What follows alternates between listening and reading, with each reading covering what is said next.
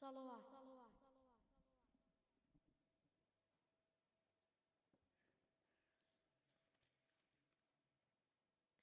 أعوذ بالله من الشيطان الرجيم. بسم الله الرحمن الرحيم. ياسين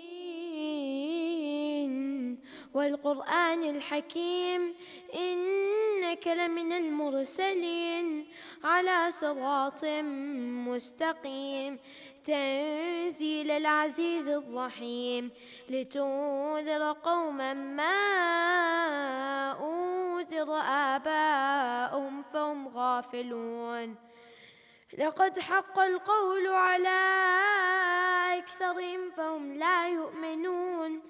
إنا جعلنا في أعناقهم أغلالا فهي إلى الأذقان فهم مقمحون. وجعلنا من بين أيديهم سدا ومن خلفهم سدا فأغشيناهم فهم لا يبصرون.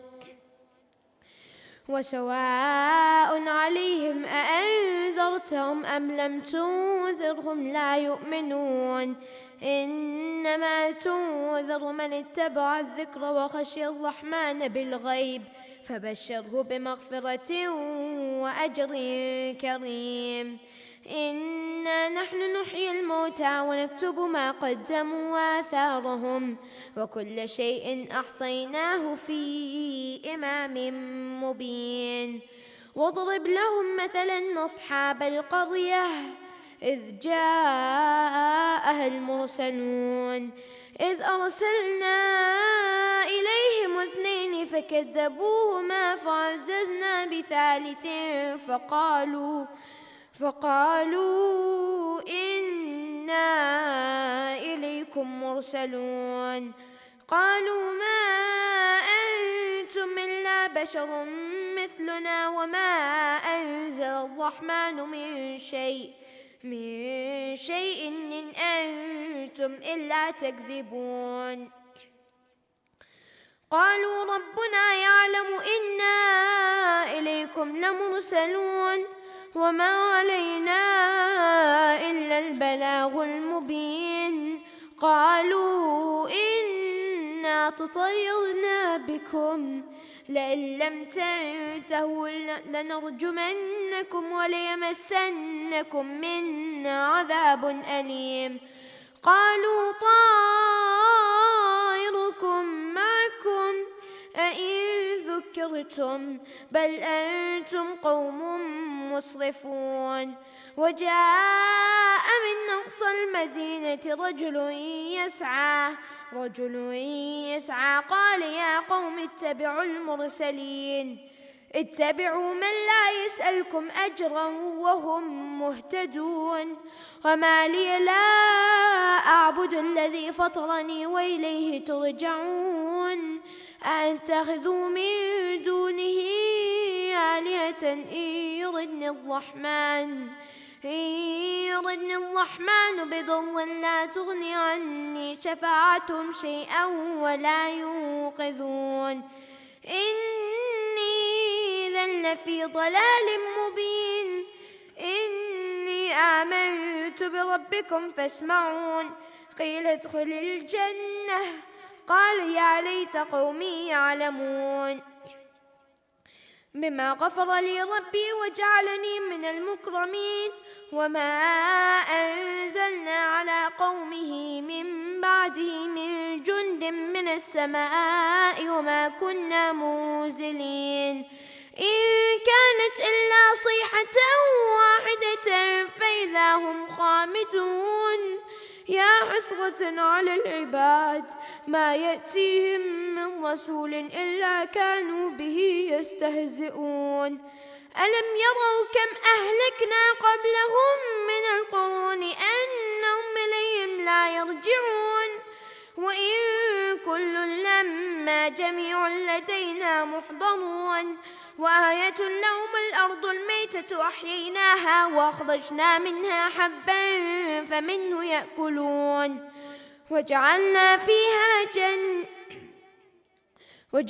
فيها جنات من نخيل وعناب وفجرنا فيها من العيون ليأكلوا من ثمره وما عملته أيديهم أفلا يشكرون سبحان الذي خلق الأزواج كلها مما تنبت الأرض ومن أنفسهم ومما لا يعلمون وآية لهم الليل نسلخ منه النهار فإذا هم مظلمون والشمس تجري لمستقر لها ذلك تقدير العزيز العليم والقمر قدرناه منازل حتى عاد كالعرجون القديم لا الشمس ينبغي لها أن تدرك القمر ولا الليل سابق النهار وكل في فلك يسبحون وآية لهم أنا حملنا ذريتهم في الفلك المشحون وخلقنا لهم من مثله ما يركبون وإن نشأ نغرقهم فلا صريخ لهم ولا هم ينقذون إلا رحمة منا ومتاعا إلى حين وإذا قيل لهم اتقوا ما بين أيديكم وما خلفكم لعلكم ترحمون وما تأتيهم من آية من آيات ربهم إلا كانوا عنها معرضين وإذا قيل لهم أنفقوا مما رزقكم الله قال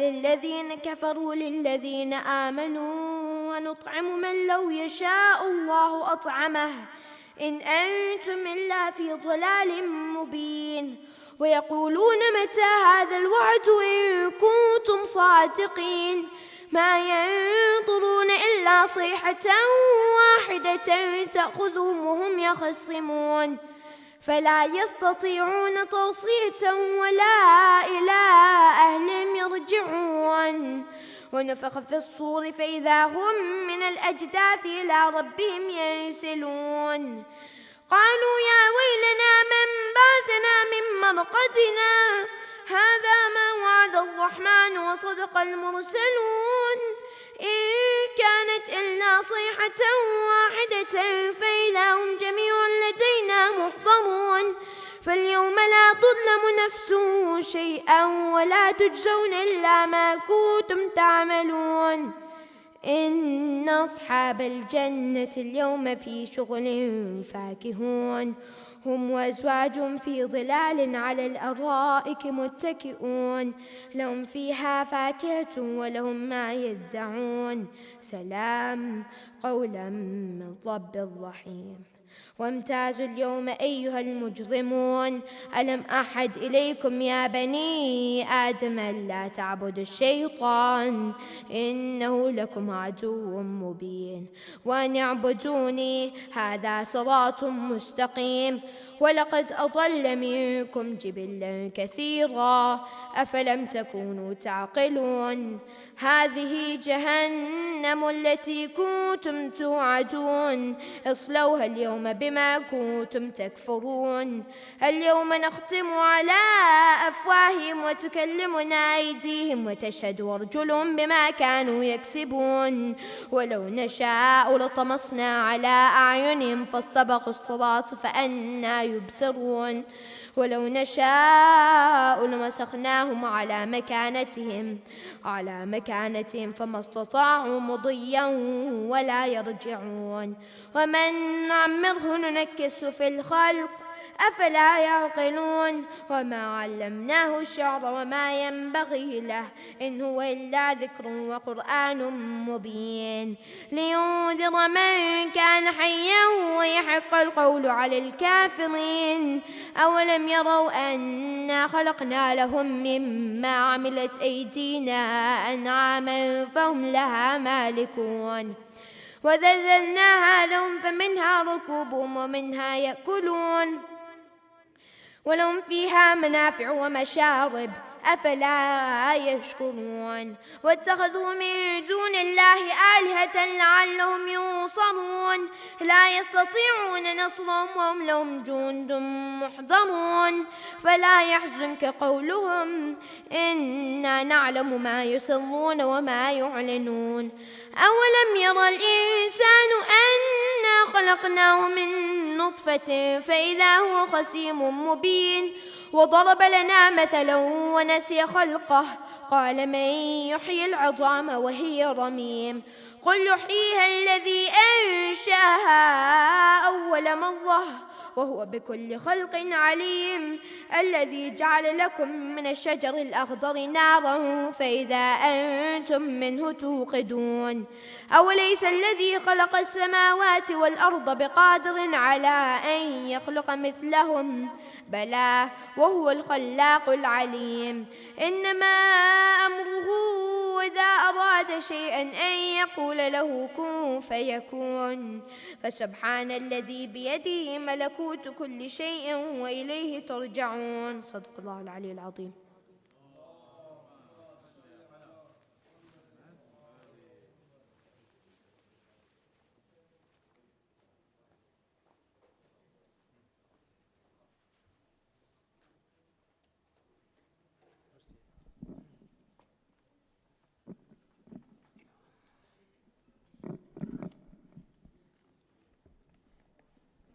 پر محمد و آل محمد صلوات.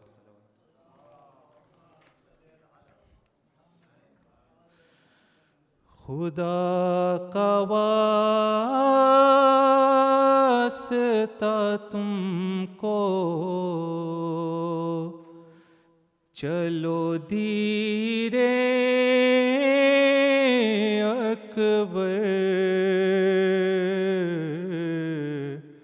ضعیف دور رہا ہے تیرے پیچھے اکبر اے لال تیری جدائی میرے لیے ہے سزا جیوں گا کس کے سہارے میں تیرے بعد بلا ہے کس طرح تمہیں پالا تمہیں نہیں ہے پتہ میں جاگتا تھا شبوں کو تیرے لیے اکبر میں پیمبر کی زیارت تم ہی سے کرتا تھا میں اٹھ کے راتوں کو بھی پیار تم سے کرتا تھا میں تم کو دیکھ کے خالق کا شکر کرتا تھا بلا کس طرح سے یہ بات اب جیے اکبر جو میرا بازو تھا بازو کٹا کے سویا ہے یہ باپ فرقت بائی میں کتنا رویا ہے وہ میرا حامی مددگار کہاں سویا ہے کون جو میری امداد اب کرے اکبر. پھوپھی کا حال تو اکبر تو دیکھ لے بیٹا، وہ در پہ خیمے کے آ کر کھڑی ہے اے بیٹا. وہ کس طرح سے یہاں صبر اب کرے بیٹا. پسر جو اس کے تھے اب وہ بھی مر گئے اکبر. خدا کا واسطہ مجھ کو نہ روکیے بابا، پسر کی راہ کو مشکل نہ کیجیے بابا. گئے حبیب تو تم کو تڑپ کے دیکھا ہے، تمہیں قاسم کی لاش پر بلا کے دیکھا ہے. چچا کے بعد تمہیں بابا جھک کے دیکھا ہے. تھے کتنے آپ کے ناصر وہ مر گئے بابا. سینہ لگے گی جو بابا تمہیں بلاؤں گا، میں گر کے خاک پہ بابا تمہیں بلاؤں گا. رگر کے ایریا بابا تمہیں بلاؤں گا. تم میری لاش پر آنا نہ دور کر بابا. یہ مصیبت علی اکبر پہ پڑی ہے اے حسن، جب گرا خاک سینہ دشت میں وہ خشک دہن. ہائے بھائی کو یاد آ گئی بیمار بہن، شمیم صغرا سے کہنا کہ نہ رہے اکبر. خدا کا واسطہ مجھ کو نہ روکیے بابا، پسر کی راہ کو مشکل نہ کیجیے بابا. پر محمد و آل محمد صلوات.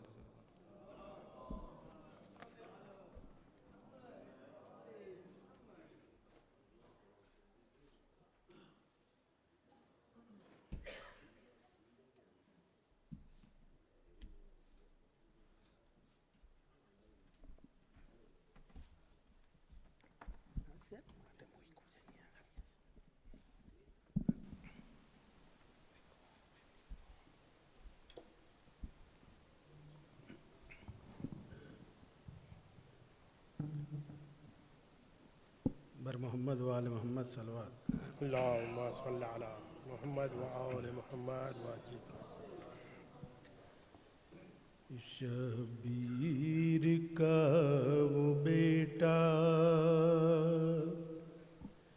مرنے کو جا رہا ہے، سگرا وطن میں جس کا صحرا سجا رہی ہے. شبیر کا وہ بیٹا مرنے کو جا رہا ہے، سگرا وطن میں جس کا صحرا سجا رہی ہے. اپنی پھوپھی سے رن کی رخصت وہ مانگتا ہے، سگرا وطن میں جس کا صحرا سجا رہی ہے.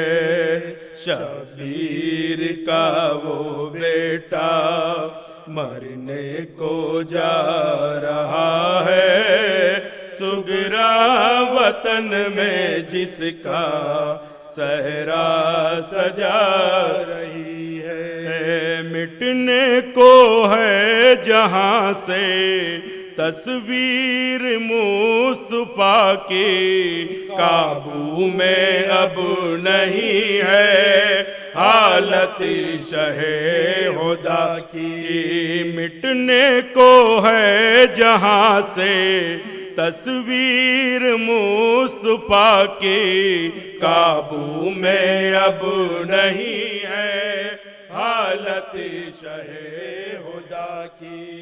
نزدیک بس اجل ہے، کچھ لمحہ رہ گیا ہے، سگرا وطن میں جس کا صحرا سجا رہی ہے. شبیر کا وہ بیٹا مرنے کو جا رہا ہے، سگرا وطن میں جس کا صحرا سجا رہی ہے. آؤں گا نہ میں واپس اس کو بھی یہ پتا ہے، مقتل سے باپ کو وہ مڑ مڑ کے دیکھتا ہے. آؤں گا میں نہ واپس اس کو بھی یہ پتا ہے، مقتل سے باپ کو وہ مڑ مڑ کے دیکھتا ہے. ہنس سے باپ بھی تو بیٹے کو دیکھتا ہے، سگرا وطن میں جس کا صحرا سجا رہی ہے. شبیر کا وہ بیٹا مرنے کو جا رہا ہے، سگرا وطن میں جس کا صحرا سجا رہی ہے. وقت میں جمع ہے بھائی پہ ہے نگاہیں، اکبر کی لے رہی ہے یہ دور سے بلائیں. کھا کے کربلا پر کروٹ بدل رہا ہے، سگرا وطن میں جس کا صحرا سجا رہی ہے. شبیر کا وہ بیٹا مرنے کو جا رہا ہے، سگرا وطن میں جس کا صحرا سجا رہی ہے. عرش بری سے تارے حسرت سے توڑتی ہے، اکبر کے واسطے وہ لڑیوں میں گونجتی ہے. ان کو نہیں خبر تھی نیزا اسے لگا ہے، سگرا وطن میں جس کا صحرا سجا رہی ہے، شبیر کا وہ بیٹا مرنے کو جا رہا ہے، سگرا وطن میں جس کا صحرا سجا رہی ہے، راہوں میں جس کی سگرا شمع جلا رہی ہے، دن رات دل ہی دل میں دلہا بنا رہی ہے، ایڑیاں زمیں پر بھائی رگڑ رہا ہے، سگرا وطن میں جس کا صحرا سجا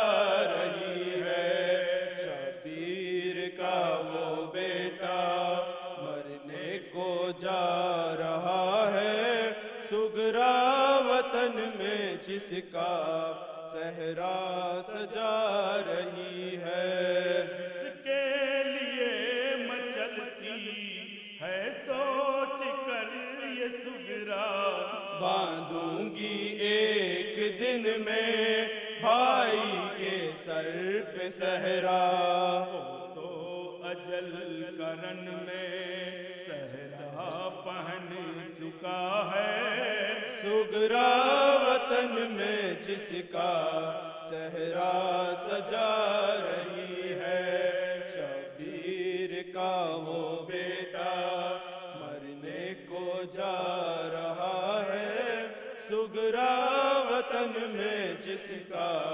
صحرا سجا رہی ہے، دل میں سجا رہی ہے پھولوں سے جس کا صحرا، کرتی تھی جس کی خاطر یہ اہتمام سگرا، مقتل سے اس کا لاشا خیمے میں آ رہا ہے، سگرا وطن میں جس کا صحرا سجا رہی ہے، شبیر کا وہ بیٹا مرنے کو جا رہا ہے، سگرا وطن میں جس کا صحرا سجا رہی ہے، لاش پہ شاہ اس کے آنسو بہا رہے ہیں، بچوں کے ساتھ مل کر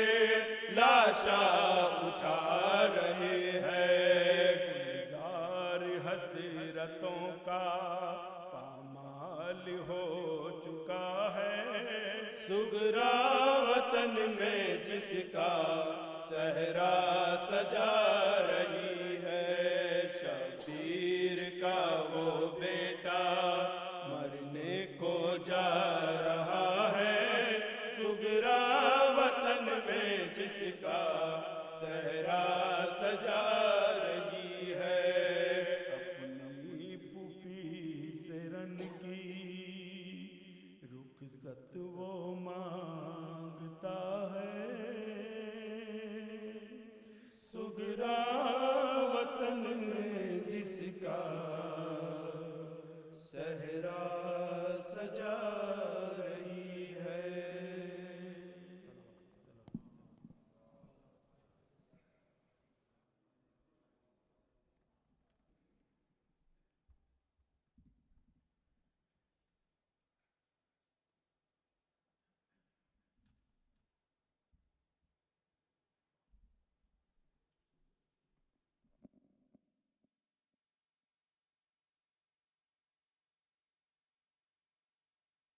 پر محمد وآل محمد صلوات.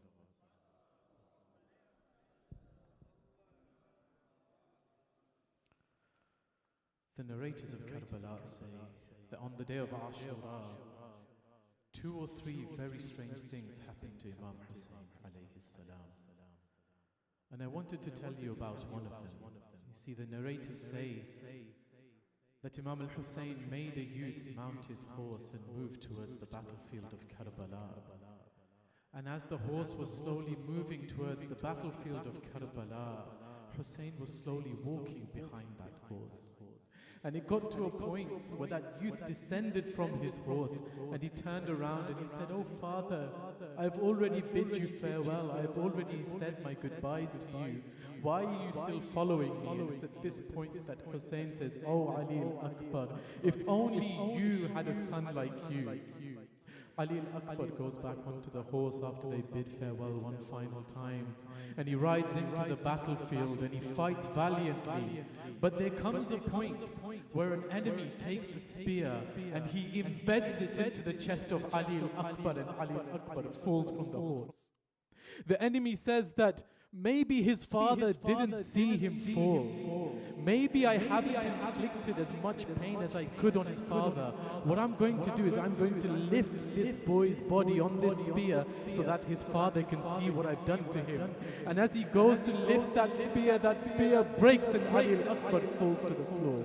And this is where the strange thing happens to Imam al-Hussain. The narrator says that I was looking at Hussain, and when I was looking at Hussain, all of a sudden I saw someone who in the beginning of the day was like a youth with bravery, with strength, with stamina. Suddenly I see all the color drain from his face, and I see Hussain walking and stumbling as if he has no feeling in his legs.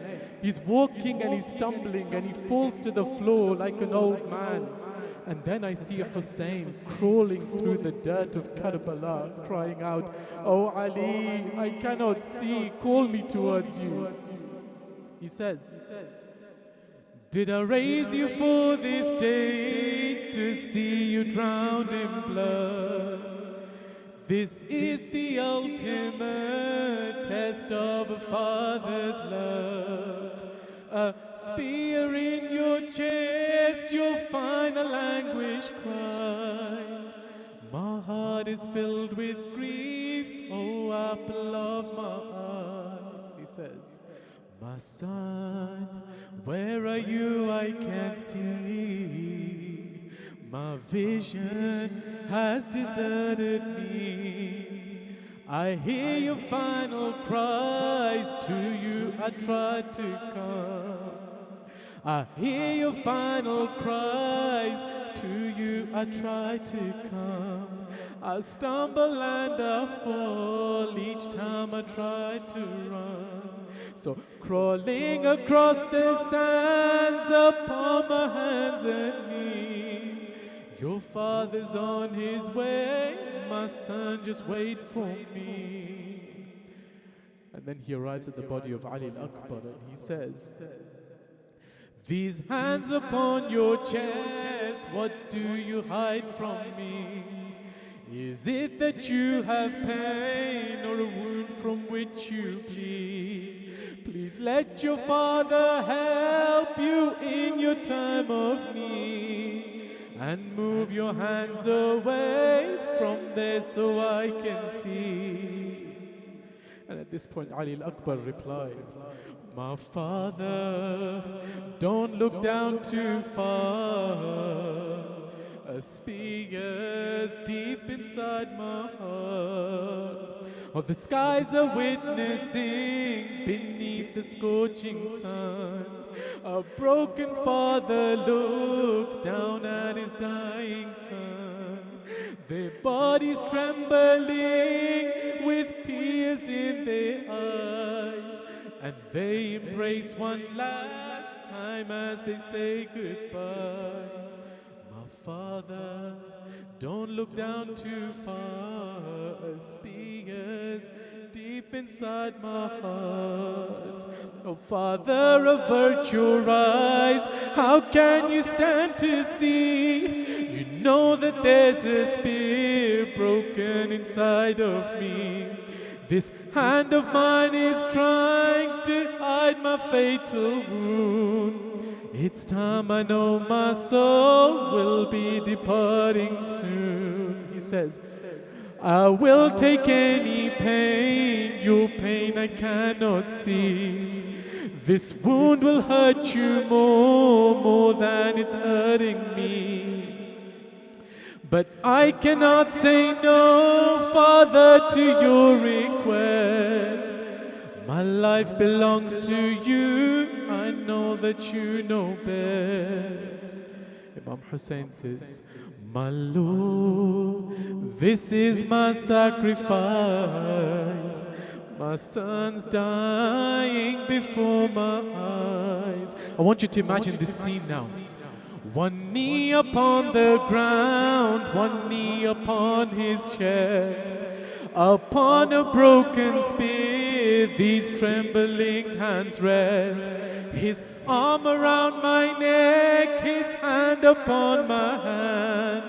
I beg for patience for this test that I withstand. My Lord, this is my sacrifice. My son's dying before my eyes. Looking towards Najaf, I cry out, Ya Ali. The test of Khaybar was nothing compared to this.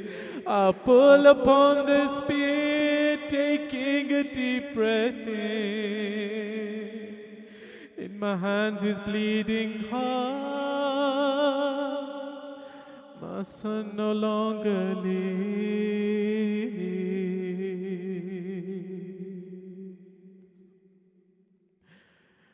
And parallel to this, in Medina, there is a sister who is patiently waiting for her brother to arrive.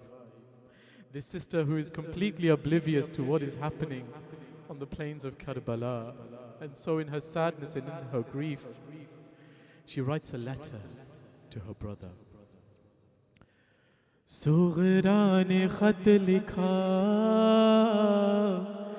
dil ki hai iltija, Akbar tu laut aa.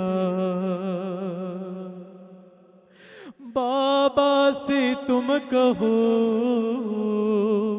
Sughra کو ہے یہ غم بیمار ہے مگر اٹھتے نہیں قدم بے چین اب یہ دل جو غم سے ہے بھرا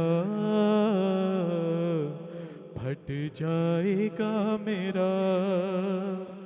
She says, تصویر ذہن میں ہر دم سجائی ہے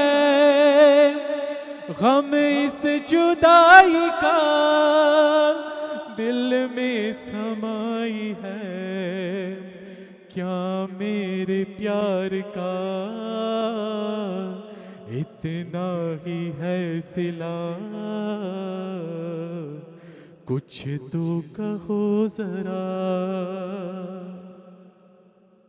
لے لو میرا سلام حافظ ہے اب خدا کرتی ہوں رو کیا خط کو میں الوداع قاصد سنو ذرا اکبر کے ہاتھ تک پہنچا دو خط میرا. And then on the plains of Karbala, اشکوں کو پہنچ کر اکبر کا تھا بیان یہ مرضی رب کی ہے کر صبر میری جان بابا کے صبر کے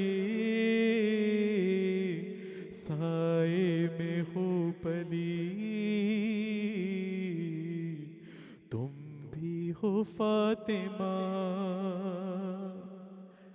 خواہر کا فغاں اکبر نے جب پڑھا تب جھلتی ریت پر دم توڑتا رہا برچھی کے درد سے بیمار بہن کا یہ درد تھا بڑا. اور آخری شعر ہے دیکھاتے جانیے سغران خواب میں بھیا کا مل چکا لاشا تراب میں، اور خط تھا خون میں تر اکبر کی لاش کی جانب پڑا ہوا۔ انا للہ و انا الیہ راجعون، پر محمد وآل محمد صلوات۔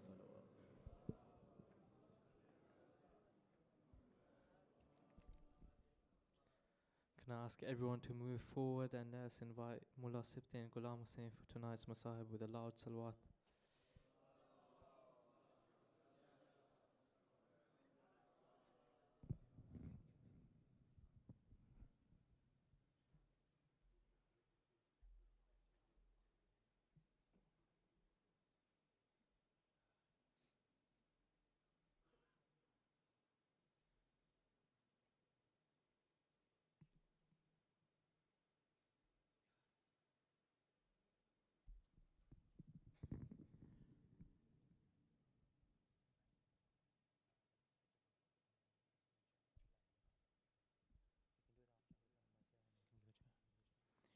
درود پڑھیں محمد و آل محمد کی ذات پر۔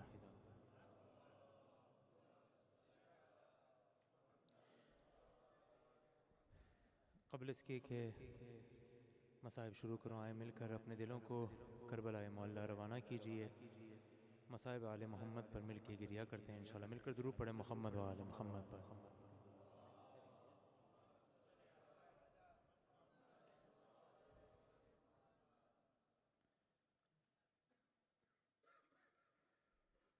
کہتی تھی یہ ماں خون بھری میت سے لپٹ کر، ہے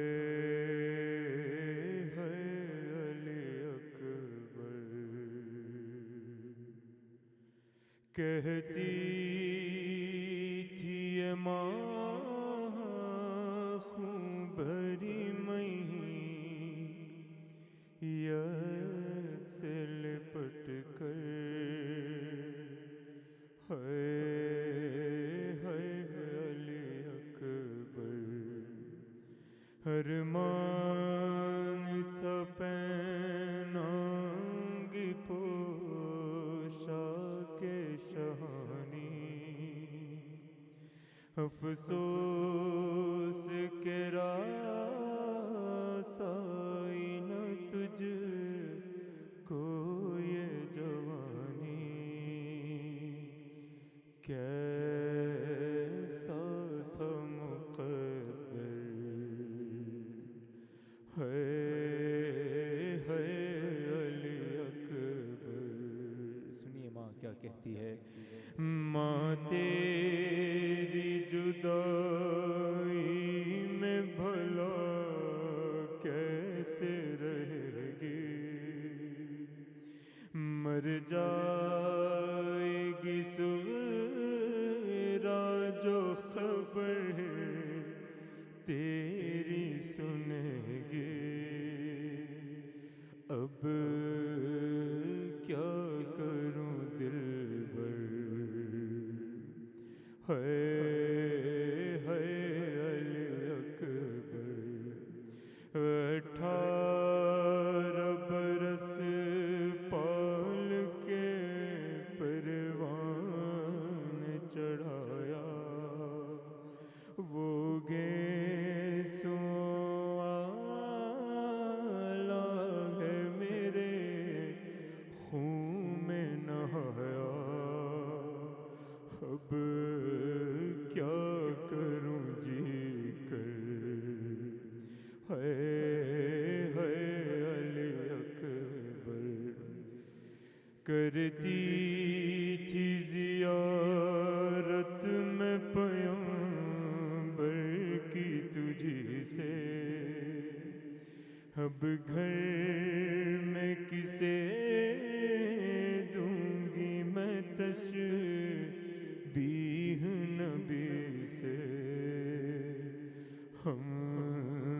شکل پیغمبر ہے علی اکبر تم ہچکیاں لے لے کے جو دم توڑ رہے ہو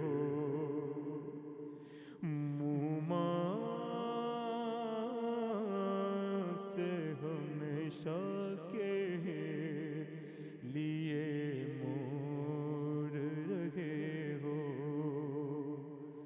کیوں روتے ہو دلبر ہے علی اکبر کہتی تھی ماں خون بھری میت سے لپٹ کر ہے علی اکبر درود پڑھ دیں محمد و آل محمد.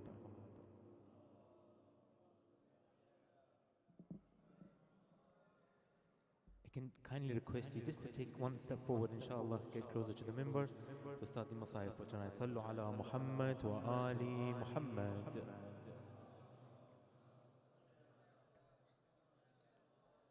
The second of your salawat in the love of Amir al-Mu'mineen Ali ibn Abi Talib salawatullahi wa salamu alayhi.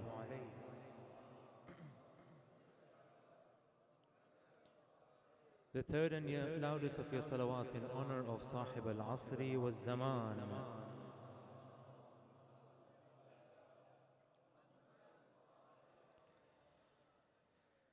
Bismillahir Rahmanir Rahim. Allahumma salli ala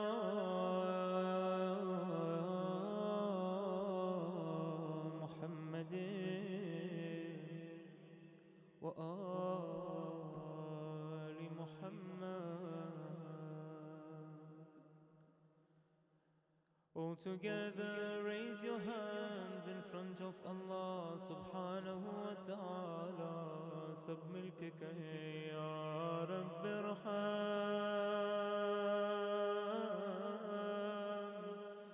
dha'fa badani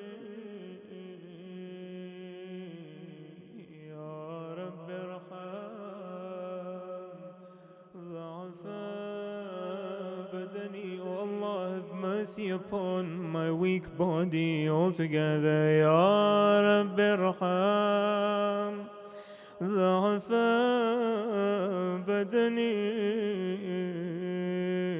Ya Rabbi Irham Dha'fa badani. اے اللہ میرے ضعیف بدن پر رحمت نازل فرما. اے خدا میں اس دنیا کی آگ کو برداشت نہیں کر سکتا. میں جہنم کی آگ کو کیسے برداشت کروں گا. اے خدا میں تجھ سے کہوں گا اے میرے مولا آج جو بھی عزادار یہاں بیٹھے حسین پہ گریہ کر رہے ہیں اے میرے خدا ہم سب کے تمام گناہ کبیرہ و صغیرہ کو معاف فرما. اے خدا حسین پہ رونے والوں پر جہنم کی آگ کو حرام کر دے. اے میرے خدا مجھے نہیں معلوم آئندہ سال میں زندہ رہوں یا نہیں. شاید میرا آخری پرسہ ہو, شاید میری آخری عزا ہو, نہیں معلوم. آئندہ سال یہ توفیق ملے کہ میں دوبارہ حسین پر روں. اے خدا اگر یہ میرا آخری محرم ہے تو اے خدا جب میں قبر میں جاؤں تو مجھے حسین کی زیارت نصیب فرما. اے خدا روز محشر مجھے حسین کے ساتھ محشور فرما. عزیزان ہم روتے ہیں با معرفت گریہ کریں امام حسین پہ, کیونکہ امام حسین پہ مسیحی بھی روتے ہیں, ہندو بھی روتے ہیں, سب روتے ہیں امام حسین پر. آپ شیعان حیدر کرار ہیں، با معرفت گریاں کریں مولا حسین پر، ان کے غم میں تو سب روتے ہیں، بالآخر کتنا مظلوم ہے حسین، کون ہے جو امام حسین پر نہ روئے، جب زمین اور آسمان حسین پر روئے تو ہم کون ہیں؟ اے خدا جب بھی رویا کریں ایک دعا ضرور مانگا کریں، کیونکہ یہ وقت استجابت دعا ہے، جو بھی دعائیں ہیں رونے کے دوران قبول ہوتی ہیں۔ جب آپ روئیں، جب عباس کے مصائب سنیں تو خدا سے کہیں خدا اگر میں کربلا میں ہوتا عباس کے بازو نہ کٹنے دیتا۔ جب آپ علی اصغر کے مصائب سنیں تو مولا سے کہیں مولا اگر میں کربلا میں ہوتا تو شعبہ تیر علی اصغر کے گلے میں نہ لگنے دیتا، اپنے گلے کو حاضر کر دیتا۔ جب آپ قاسم پہ روئیں تو کہیں مولا سے مولا اگر میں کربلا میں ہوتا میں اپنا بدن دے دیتا، لیکن قاسم کا بدن ٹکڑے نہ ہونے دیتا۔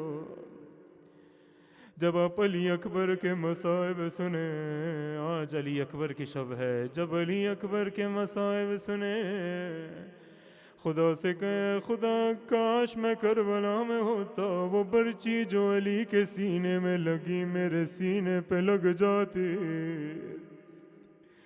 چھوٹی بچیاں کیسے روئیں، چھوٹی بچیاں کہیں بی بی اگر میں کربلا میں ہوتی تو وہ تماچے اور تازیاں نے جو آپ کو پڑے میں اپنے سر لے لیتی۔ عزیزان آج علی اکبر کو رونے آئے ہیں، بہت بڑی شب ہے عزیزان۔ علی اکبر کے مصائب، بہت سارے ایسے علماء ہیں جو کہتے ہیں ہم نہیں پڑھ سکتے، بہت سخت مصائب ہیں علی اکبر کے۔ امام صادق سے کسی نے پوچھا اے مولا آپ بتائیں دنیا میں سب سے زیادہ خوشی کس چیز میں ہے؟ توجہ سے سنیے گا روایت، اشک بہائیں گے آپ۔ امام صادق سے پوچھا گیا امام آپ بتائیں سب سے زیادہ خوشی انسان کو کس چیز میں ہوتی ہے؟ امام صادق نے کہا سب سے زیادہ خوشی اس وقت ہوتی ہے جب خدا کسی کو کوئی بیٹا دے اور وہ بچہ اپنے ماں باپ کی نگاہوں میں جوان ہو جائے اور سامنے پھرتا رہے۔ پھر اسی شخص نے امام صادق سے پوچھا آپ بتائیں سب سے زیادہ غم کس چیز کا ہوتا ہے؟ امام رو کے کہتے ہیں کہ وہی بیٹا جب ماں باپ کے نگاہوں کے سامنے مارا جائے، اس سے زیادہ غم کسی چیز کا نہیں ہوتا۔ بہت خوشی ہوتی ہے ماں باپ کو اپنے جوانوں کو دیکھتے ہوئے، کہتے ہیں یہ میری کمائی ہے۔ علی اکبر جیسا جوان ہو، حسین کتنی محبت کرتے ہوں گے۔ سنیے مقتل کی روایت سنیں، جب کوئی انصار میں سے نہ بچا، جب بنی ہاشم کی باری آئی، علی اکبر سب سے پہلے مولا کے پاس آتے ہیں، کہتے ہیں بابا مجھے اجازت دیں۔ جانتے ہیں روایتوں میں لکھا ہے جب قاسم آئے، عباس آئے، اونو محمد آئے، دیگر جوان آئے، مولا نے فوراً کسی کو اجازت نہیں دی، روکنے کی پوری کوشش کی، لیکن جب علی اکبر آتے ہیں مولا فوراً کہتے ہیں جاؤ میرے بیٹے تمہارا وقت آ گیا ہے۔ علی اکبر مولا سے اجازت ملتی ہے، حضرت علی اکبر امام سجاد کے خیمے میں آتے ہیں، بھائی کو ودا کرنے آئے ہیں عزیزان۔ حضرت علی اکبر جب خیمے میں وارد ہوتے ہیں، امام سجاد ایک چٹائی پہ لیٹے ہوئے ہیں۔ عزیزان جانتے ہیں امام سجاد کی بیماری خدا کے مصلحت سے تھی، بالآخر امامت کو بچانا ضروری تھا۔ نہ سمجھیں یہ سجاد بیمار امام ہے، یہ سجاد میں وہی طاقت ہے جو حسین میں ہے۔ یہ سجاد کی جنگ حسین سے بھی زیادہ سخت ہے. ایک جملہ کہہ دوں، بیماروں کو کبھی بستر سے گرایا نہیں جاتا. ذرا یہ شام غریبہ میں خدا وہ کون سے مسلمان ہیں میں نہیں جانتا. بیمار کو بستر سے گرا دیا، بستر بھی لوٹ کے چلے گئے. علی اکبر امام سجاد کے پاس آتے ہیں، بالآخر امام ہیں. حضرت علی اکبر نے امام سجاد کے ہاتھوں کو چوما، اس کے بعد امام کے ماتھے کو چوما. علی اکبر گریہ کرنے لگے. جیسے ہی گریہ کرنے لگے آنسو امام سجاد کے رخسار پہ ٹپکے. میں نہیں جانتا علی اکبر کیوں گریہ کر رہے ہیں. دل کہتا ہے علی اکبر یہ سوچ رہے ہوں گے میں تو حوض کوثر پہ چلا جاؤں گا، لیکن شرابی کا دربار یہ میرا بھائی آل بطول کے ساتھ کوفہ اور شام کے بازاروں میں جائے گا. علی اکبر گریہ کرتے ہیں. آنسو جب امام سجاد کے چہرے پہ پڑے، امام بیدار ہوتے ہیں اور بھائی سے کہتے ہیں بھیا کیا کون سی مصیبت آ پڑی ہے جو تو ایسے رو رہا ہے. حضرت اکبر رو کے کہتے ہیں بقیا ابونا غریبا مظلوما وحیدا عطشانا. اے بھیا ہمارے بابا بہت مظلوم ہیں، اکیلے رہ گئے ہیں، غریب ہو گئے ہیں، پیاسے بھی ہیں. میں جا رہا ہوں اپنی جان فدا کرنے بابا پر، میں آپ سے اجازت لینے آیا ہوں. امام سجاد اس حالت میں کہتے ہیں بھیا اگر مجھے بھی اجازت مل جاتی میں بھی اپنے آپ کو قربان کر دیتا. اکبر نے کہا نہیں بھائی آپ امامت کے وارث ہیں، آپ نے بھی زندہ رہنا ہے. اس کے بعد علی اکبر اپنی ماں کے پاس جاتے ہیں وداع کرنے کے لیے. عزیزان آپ جانتے ہیں آپ کی بھی جوان بیٹے ہیں. اگر کچھ دیر سے بچہ گھر لوٹے ماں پریشان ہو جاتی ہے، بار بار فون کرتی ہے، بار بار دروازے کو تکتی رہتی ہے کہ میرا بیٹا کب آئے گا. نہ جانے کون سی مصیبت آ پڑی ہے میرے بیٹے پر جو تاخیر سے آ رہا ہے. ماں پریشان رہتی ہے. سوچیے اگر ایک جوان آ کے ماں سے کہے ماں میں مرنے کی اجازت مانگ رہا ہوں، اے علی اکبر ماں کیا جواب دے گی؟ ماں نے کہا میرے بیٹے تیرے بغیر میرا جینا مشکل ہے، میں جیتے جی مر جاؤں گی. عزیزان علی اکبر نے کہا ماں آپ سے میں اجازت نہیں مانگتا، میں صرف ایک چیز کہوں گا. کہا اے ماں اگر روز قیامت میری دادی فاطمہ زہرا نے آپ سے پوچھ لیا کہ اے لیلا میرا حسین تو مارا گیا، آپ نے اپنے اکبر کو روک لیا، تو آپ کیا جواب دیں گے؟ ماں نے کہا بیٹا میں سمجھ گئی، میں تمہیں اجازت دیتی ہوں، جاؤ مجھے فاطمہ زہرا کے سامنے سرخرو کرنا.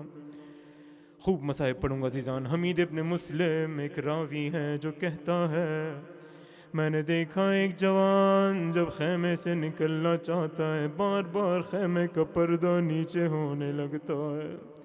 کہتا ہے میں نے مولا حسین سے پوچھا کیا بات ہے، خیمے کا پردہ بار بار اوپر نیچے کیوں ہو رہا ہے، اکبر باہر کیوں نہیں آتا؟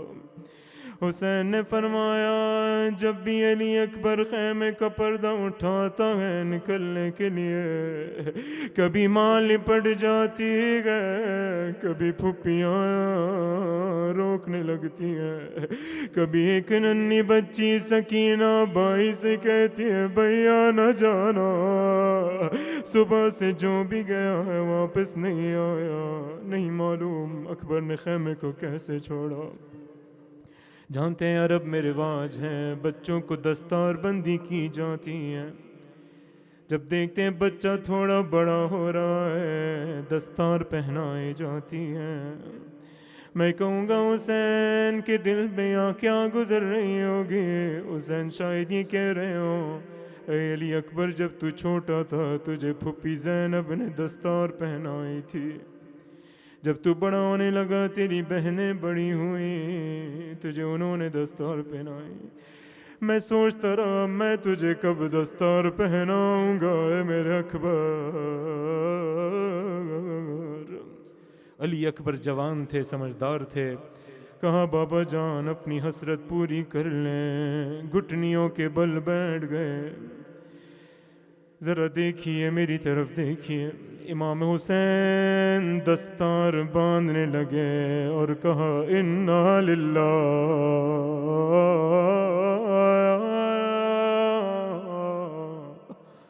وَإِنَّا إِلَيْهِ رَاجِعُونَ. مولا نے امامہ باندھ لیا، بوڑھے باپ نے گھوڑے پہ سوار کیا. جانتے ہیں جتنے بھی شہداء تھے حضرت عباس سب کو روانہ کرتے تھے اور مولا حسین مقتل سے لے کر آتے تھے. یہ وہ واحد شہید ہے جسے حسین نے خود روانہ کیا ہے. امام روانہ کرنے لگتے ہیں اور پھر جب حضرت اکبر آگے بڑھتے ہیں کہتے ہیں بیٹا جب تک جنگ شروع نہ ہو جائے مڑ مڑ کے مجھے دیکھتے جانا اے میرے اکبر. حضرت علی اکبر، حضرت علی اکبر، حضرت علی اکبر نے گھوڑے کو ایڑ لگائی اور جیسے ہی دیکھتے ہیں گھوڑے کی رفتار بڑھتی ہے پیچھے دیکھتے ہیں بابا کے قدم تیزی سے بڑھنے لگتے ہیں. پیچھے مڑ کے کہتے ہیں بابا مت آئیے میرے پیچھے، میں غیرت مند ہوں، میری غیرت کوئی گوارا نہیں کہ جوان کے پیچھے اس کا بوڑھا باپ دوڑے. امام نے کہا ہے میرے بیٹے تم سمجھ نہیں سکتے، اگر تمہارے پاس اکبر جیسا جوان ہوتا تو تمہیں پتہ چلتا میرے دل پہ کیا گزر رہی ہے. اے اکبر جان میں قربان جاؤں مصیبت اکبر پر. امام کے بارے میں روایتوں میں ملتا ہے نظر الیہ نظر آیس من، یعنی امام حسین اکبر کو حسرت بھری نگاہوں سے دیکھ رہے ہیں. نہیں معلوم کیا دل حسین پہ گزر رہی ہوگی. جانتے ہیں آپ کا کبھی کوئی جوان بیٹا سفر پہ جائے جب تک بچہ چلا نہیں جاتا ماں دیکھتی رہتی ہے، آخری لمحے تک جہاں تک ممکن ہو ماں کہتی ہے کہ میں دیکھتے رہوں اپنے بچے کو، جبکہ یہ ماں جانتی ہے بچہ واپس آئے گا. میں کہوں گا حسین آپ کن نگاہوں سے دیکھ رہے ہیں جب آپ کو پتہ ہے یہ اکبر واپس نہیں آئے گا. امام نے اکبر کو روانہ کیا اور جیسے ہی روانہ کیا آسمان کی طرف دیکھا اور کہا ہے میرے اللہ تو شاہد رہنا آج میں کس کو بھیج رہا ہوں. میں اسے بھیج رہا ہوں جو شبیہ نبی ہے سیرت میں بھی صورت میں بھی. اے خدا جب بھی ہمیں نبی کی زیارت کرنے کا دل ہوتا ہم علی اکبر کی زیارت کر لیتے ہیں. علی اکبر روانہ ہوتے ہیں، جنگ کر رہے ہیں. علی اکبر بہت سارے ظالمین کو فنار کیا. امام در خیمہ بیٹھ کے دیکھ رہے ہیں اپنے جوان کی جنگ. اچانک دیکھتے ہیں علی اکبر مقتل سے خیمے کی طرف آ رہے ہیں. علی اکبر آتے ہیں کہتے ہیں بابا جان بہت گرمی ہے بابا میرے، اگر 2 گھونٹ پانی مل جائے تو میں ان سب کو بتا دوں گا حیدر کرار کی جنگ کیسی ہے. میں قربان جاؤں آدم اللہ اجورنا. امام حسین کے دل پہ کیا گزری ہوگی، بیٹا مانگ بھی رہا ہے تو 2 گھونٹ پانی مانگ رہا ہے، لیکن حسین کس طرح اپنی بیٹی کی درخواست کی اجابت کریں؟ کہا میرے بیٹے اپنی زبان میرے منہ میں ڈال۔ حضرت علی اکبر اپنی زبان بابا کے منہ میں ڈالتے ہیں، اور یہ کرنے کے بعد فوراً اپنی زبان نکال لیتے ہیں، کہتے ہیں بابا آپ کا دہان مجھ سے زیادہ سوکھا ہے، آپ کا گلا مجھ سے زیادہ پیاسا ہے۔ امام حسین کہتے ہیں جا میرے بیٹے تو حوض کے کوثر میں سیراب ہوگا۔ حضرت علی اکبر واپس جاتے ہیں اور لڑتے ہیں، لیکن عزیزان آپ ہی بتائیے 3 دن کا بھوکا پیاسا کب تک لڑتا؟ ایک مرتبہ کسی ظالم نے اکبر کے سینے میں برچھی ماری، فوراً چلائے یا بتا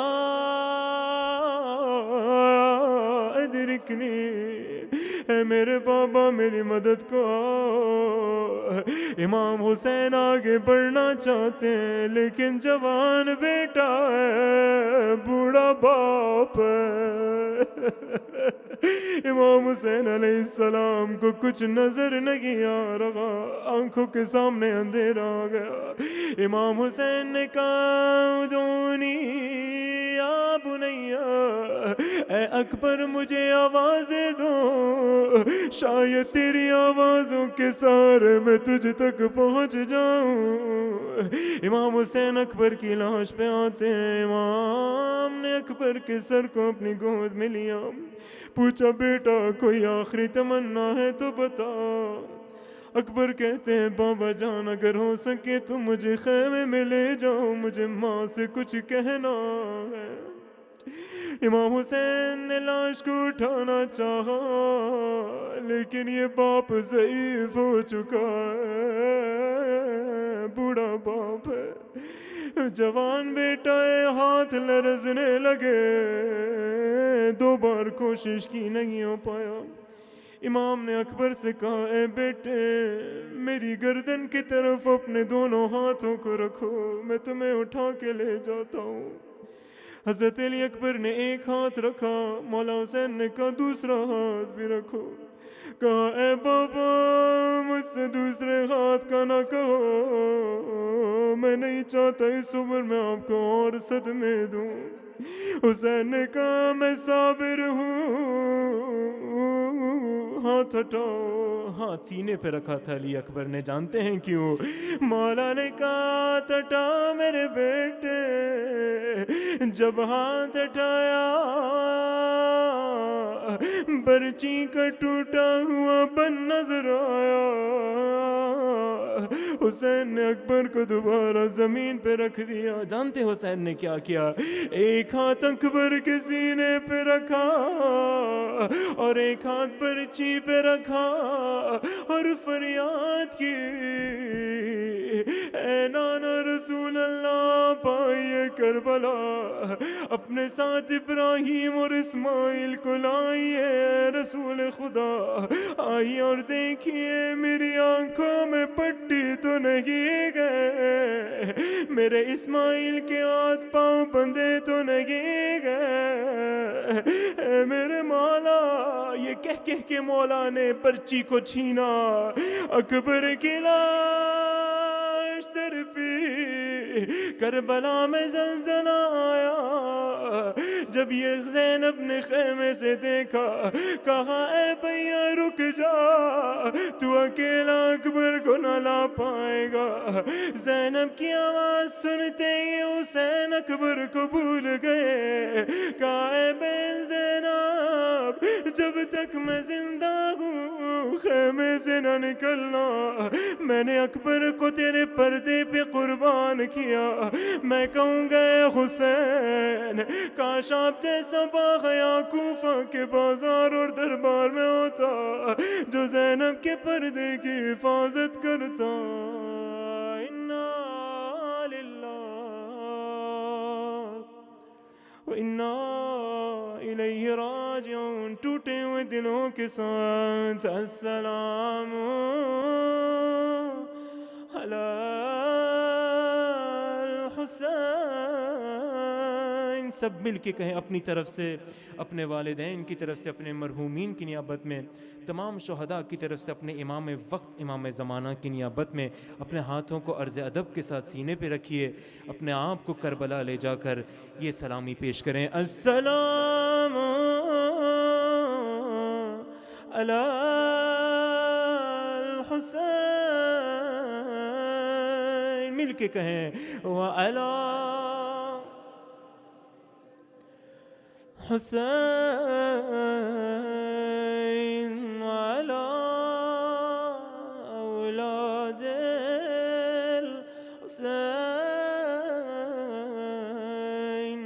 व अला अस्हाबिल हुसैन। इन्ना लिल्लाह व इन्ना इलैहि राजिऊन। अल्लाहुम्मा अर्ज़ुक़ना ज़ियारतल हुसैन, अल्लाहुम्मा अर्ज़ुक़ना शफ़ाअतल हुसैन यौमल वुरूद, व थब्बित ली क़दम सिद्क़िन عندك مع الحسين وأصحاب الحسين الذين بذلوا مهجهم دون الحسين عليه السلام. صلوات.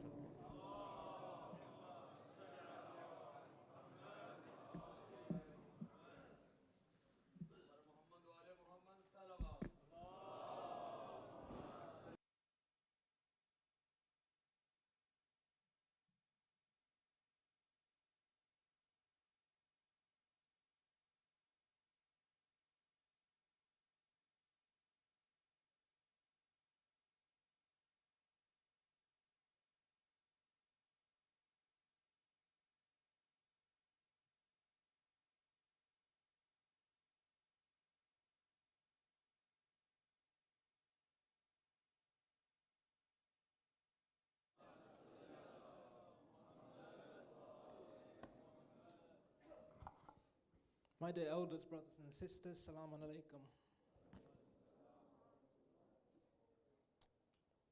Tonight we're here to commemorate Hazrat Ali Akbar, the son of Imam Hussain alayhi salam. During these holy nights of Muharram, when we are here to remember this extremely special individual who gave everything on the day of Ashura, we ask you all to help us as much as you can with our remaining budget. We have raised just under 50%, so please can we have a loud salawat for all those who have donated.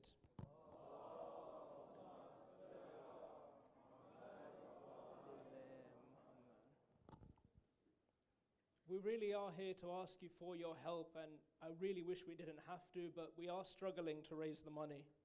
I understand that times are hard for everyone and we all feel it, especially the mosque in itself. But any amount that you can give in these nights will be much appreciated. Whether it's as little as £1 or 50p, we really don't mind. Every amount will go a long way in helping us spread the message of Imam Hussain, especially for the younger generation. For the remaining nights of Muharram, if you would like to sponsor Tabarruk in the ladies or the gents or both, please speak to a member of the treasury team in the foyer, or please speak to Sister Zara Muhammad in the ladies. In terms of the car parking arrangements, thank you all for abiding by the rules from the car parking team for the last 9 nights of Muharram, and we ask you to please continue this, especially when it comes to Ashura Day next week, and there will be lots of cars in the area, especially on the Duxbury and Bridge Road. Can we continue to avoid parking on these roads, just out of respect for the neighbours who will probably have their cars there at night time and especially in the day as well. Tonight's program is sponsored for the following marhumeen. Please can we recite a Surah Al-Fatiha for them?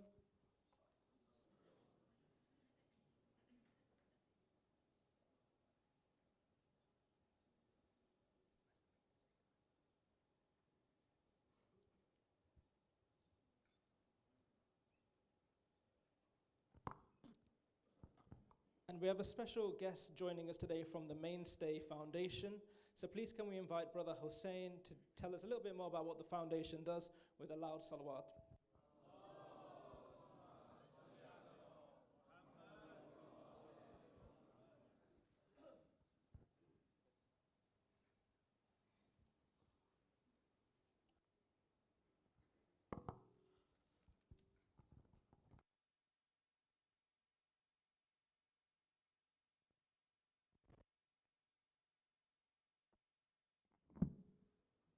Bismillah ar-Rahman ar-Rahim. My respected scholars, brothers and sisters, Assalamu alaikum wa rahmatullahi wa barakatuh. During these sacred nights of Muharram, we remember the sacrifice and resilience the family of Abu Abdullah went through. As we honor his legacy, let us embrace his spirit of selflessness and extend a helping hand to those in need. In today's corrupted and challenging world, it is crucial to seek new solutions that offer hope to humanity, inspire future generations, and strengthen our communities. I'm here today on behalf of the Mainstay Foundation, an organization established in 2016. Our mission stands on three core pillars: community development.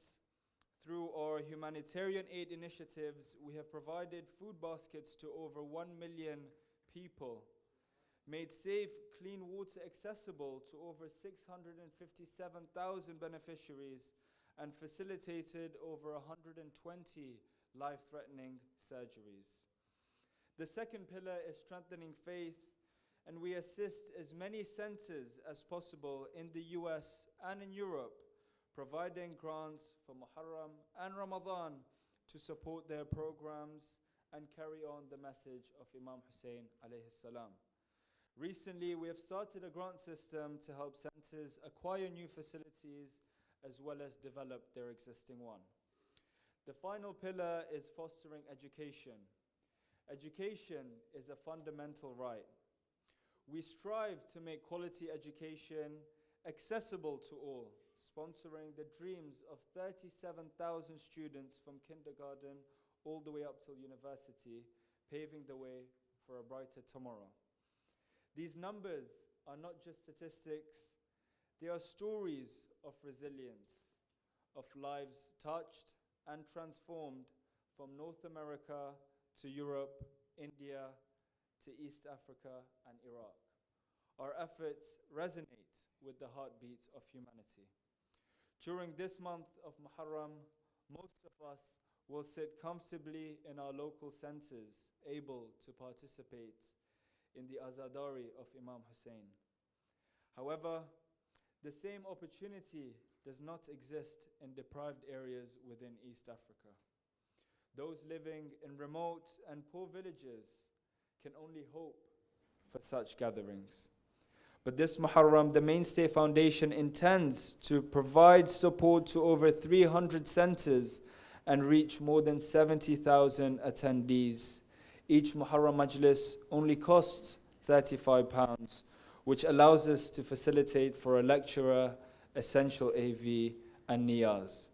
This initiative is crucial in ensuring that the spirit of Imam Husayn alayhi salam reaches every corner of the world, inspiring hope and resilience in those who need it most. To learn more about our Muharram projects, just like our water aid, orphan aid, and education support, and if you would like to make any contributions, please visit mainstay.uk. And to conclude, I would like to thank the committee here at MKSI Leicester for allowing me to speak to you all today. And I encourage you all to support and donate towards their programs. Wassalamu alaikum wa rahmatullahi wa barakatuh.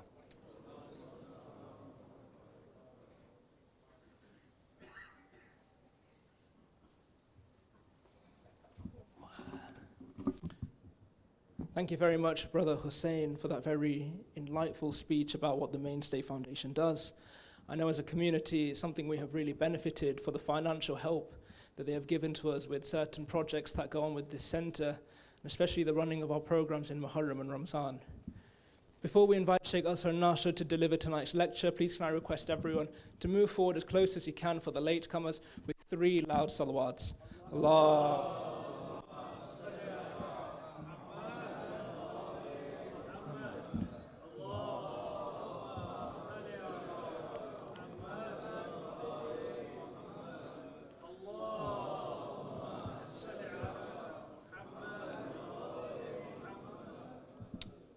finally, please can we invite Sheikh Azhar Nasser to deliver tonight's lecture by Muhammad wa Ali Muhammad salawat.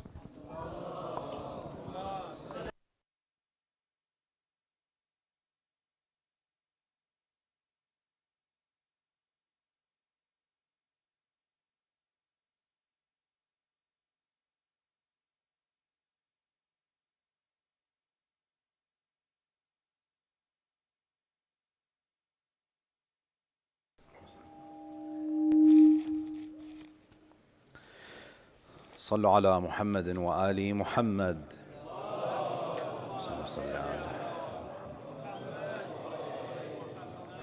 أعوذ بالله من الشيطان اللعين الرجيم. بسم الله الرحمن الرحيم. الحمد لله رب العالمين، والصلاة والسلام على خاتم الأنبياء والمرسلين سيدنا ونبينا محمد وعلى أهل بيته الطيبين الطاهرين.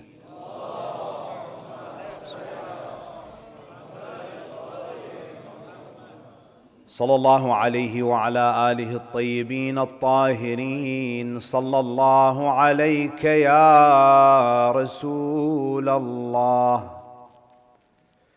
صلى الله عليك يا سيدي ويا مولاي يا أبا عبد الله،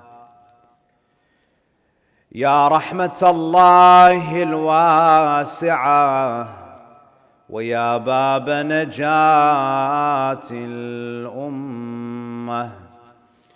ويا عبرة كل مؤمن ومؤمنة. يا ليتنا فيا ليتنا كنا معكم سيدي فنفوز والله فوزا عظيما. قال تعالى في كتابه الكريم: بسم الله الرحمن الرحيم: ولتكن منكم أمة يدعون إلى الخير ويأمرون بالمعروف وينهون عن المنكر وأولئك هم المفلحون. صدق الله العلي العظيم. صلوا على محمد وآل محمد.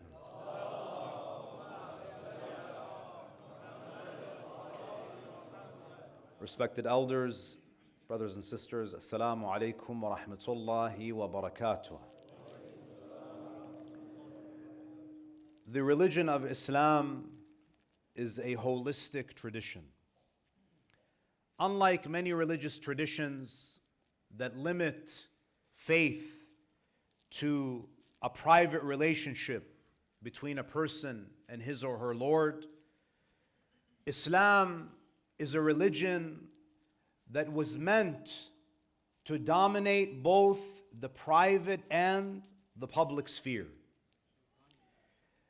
And you find this reflected in Islamic practices. If Islam was meant to be a private affair between you and your Lord, Allah Azza wa Jal would have not legislated Salatul Jama'ah. If religion was private, Allah subhanahu wa ta'ala would have never legislated a weekly gathering known as Salatul Jumu'ah. If religion was meant to be something private, the adhan would not echo around the world. If religion was meant to be private, we wouldn't have this annual worship where Muslims come together from around the world known as Hajj. What you see is that Islam is not just a private relationship between you and Allah. Islam has a social dimension. And among the social teachings of Islam is the practice of Amr bil Ma'ruf wa Nahy anil Munkar. A common misconception is that if there is wrongdoing and corruption in society, it's not my business. It is your business because Allah made it your business. Because we have a duty not to just establish piety and morality in our homes, but we have a communal duty to ensure that morality is upheld on the societal level. Now, because Islam has established teachings and principles that promote virtue and morality, Muslims, especially young Muslims, have always showed great passion for social change. And hence you find young Muslims from around the world are typically the first to want to join activist movements. If there is a social ill that needs to be addressed, you find that in many cases, it's the Muslim youth who step forward because they understand that Islam was not meant to just reform the individual. Islam was meant to also reform society. But the dilemma that Muslims face is that when you look at society, there are many societal ills. There are many problems that we have in society. And you find that many of these causes, they're looking for representatives. They want people to join their movement. However, a Muslim sometimes is confronted with numerous movements. And some of those movements advocate and promote things that do not align with Islamic values.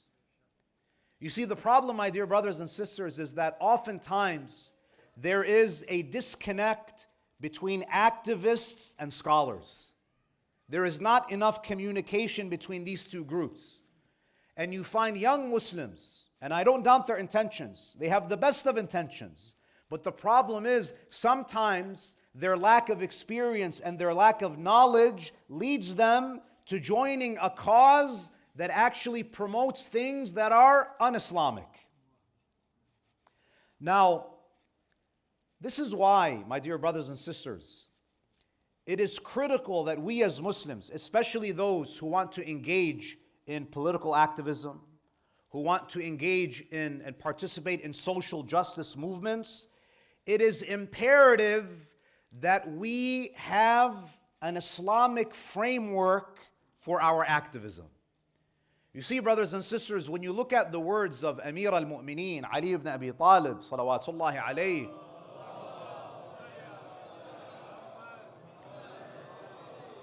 the Imam alayhi salam, he says to Kumail ibn Ziyad, you know, we're familiar with Dua Kumail. Kumail ibn Ziyad al-Nakha'i was one of the closest confidants of Amir al-Mu'mineen.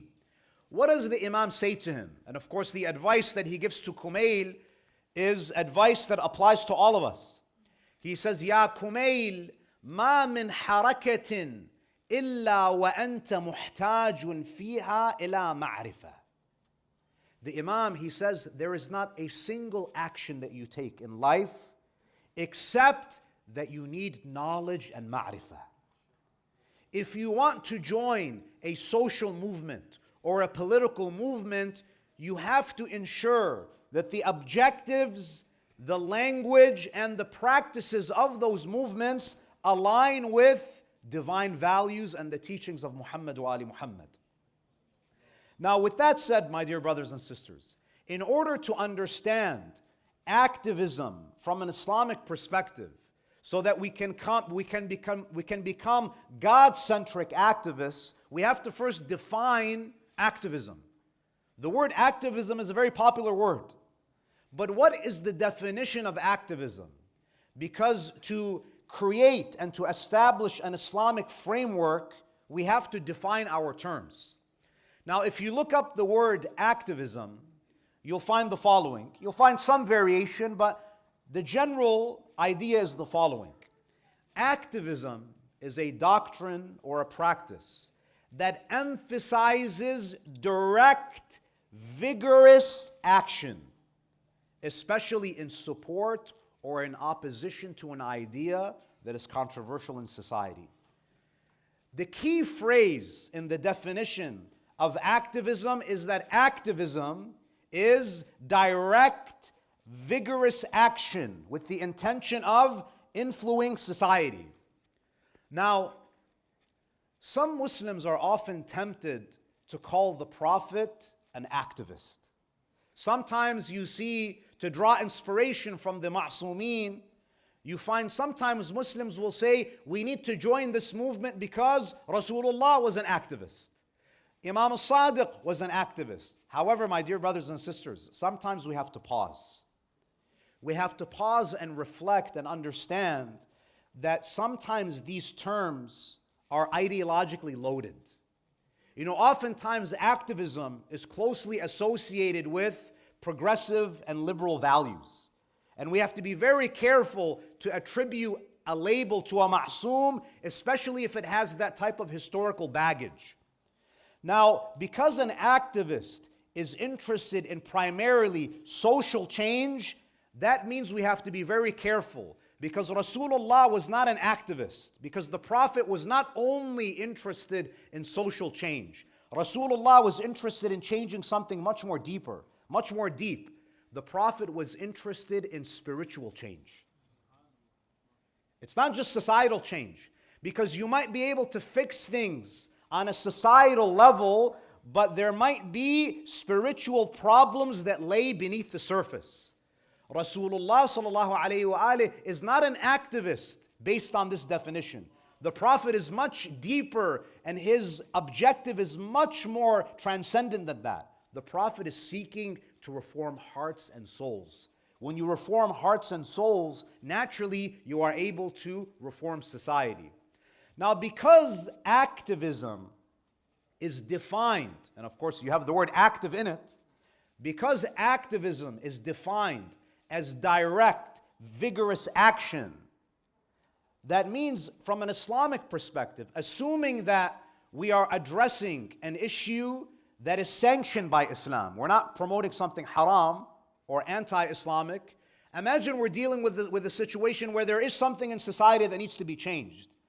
Based on the definition of activism, if you look at it from the lens of Amr bil Ma'ruf wa Nahy anil Munkar, you'll gain a better understanding of what Islam says about activism. We have a famous hadith from the Holy Prophet sallallahu alaihi wasallam,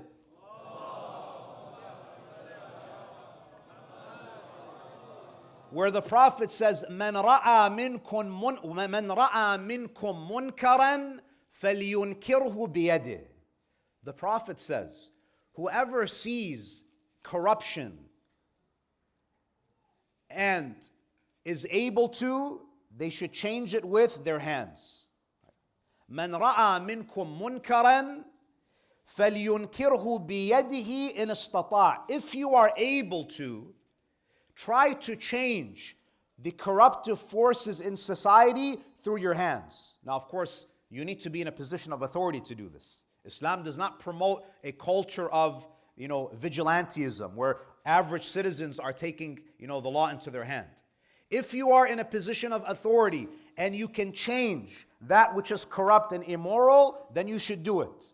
And then the Prophet says, فَإِن لَمْ يَسْتَطِعْ فَبِلِسَانِهِ. If the circumstances don't allow you to take that direct, vigorous action, then the next thing that you do is, the second level of Nahy anil Munkar is what? Is to oppose it with your speech. And then the Prophet sallallahu alaihi wa alihi says, لا بصلوا على محمد وآله.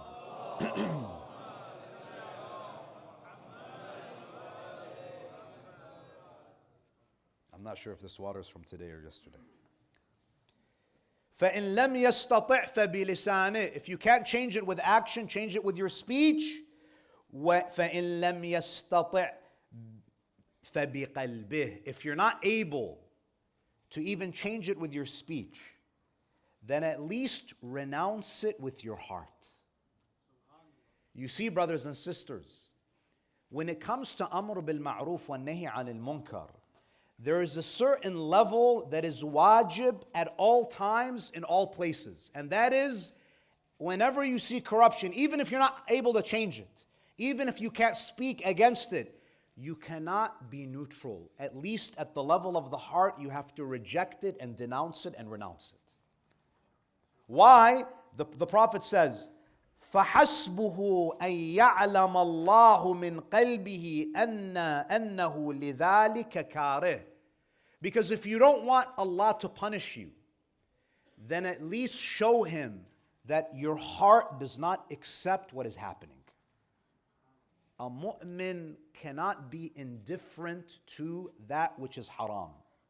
You have to take a stand. Now, because the definition, and I want you to listen to this point very, very carefully, because if we don't understand this nuanced point that I'm going to make, you're going to end up canceling a lot of mu'mineen and slandering a lot of mu'mineen.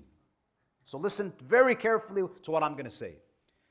Because the definition of activism is direct, vigorous action, that means technically, assuming that we're dealing with an issue that Islam wants to eradicate or Islam wants to promote, activism is the first and the second level of Amr bil Ma'ruf and Nahy anil Munkar.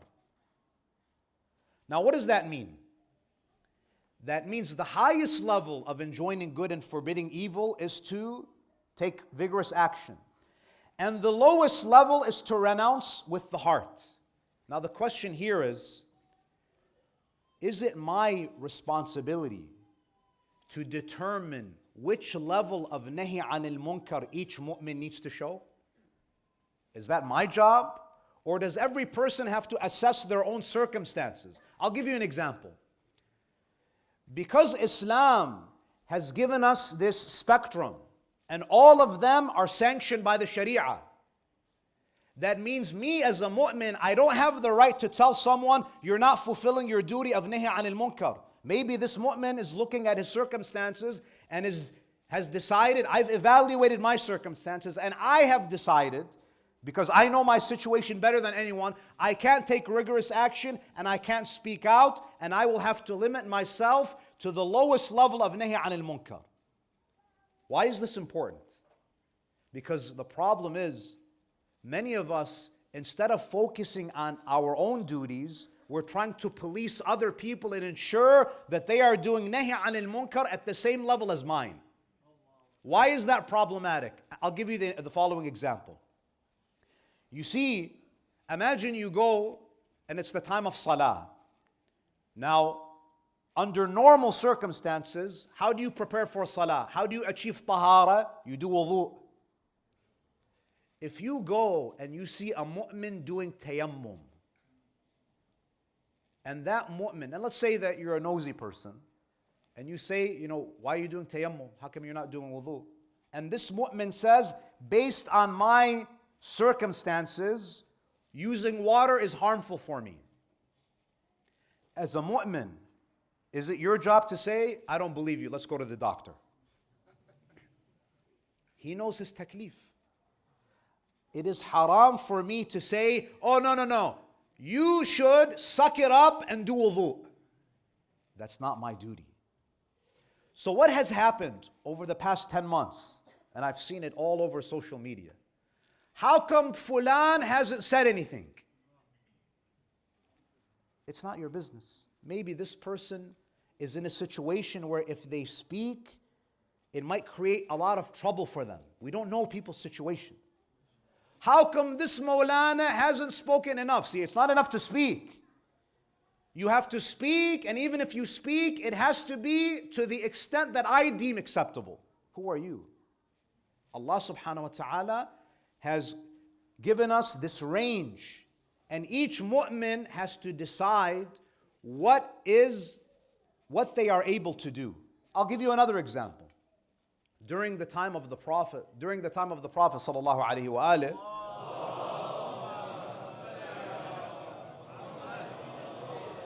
you had many great companions, and the Prophet, he praised them, the likes of Abu Dhar and Salman. Is there any Muslim that doubts the piety of Abu Dhar and Salman? No, the Prophet explicitly on numerous occasions has praised them. Now, after the death of the Prophet, there were some problems. For example, if you look at what was happening with the Umayyads were misappropriating funds from Baytul Mal. You have one companion of the Prophet, Abu Dhar al-Ghifari. He goes to Syria and he stands outside of the palace of Muawiyah and he speaks out against the corruption of the Umayyads, against the financial corruption. And then you look at Abu Dhar. Abu Dhar was not as vocal as, you have Salman. Salman was not as vocal as Abu Dhar. Does that mean that Abu Dhar is above Salman? No. Everyone knows their circumstances.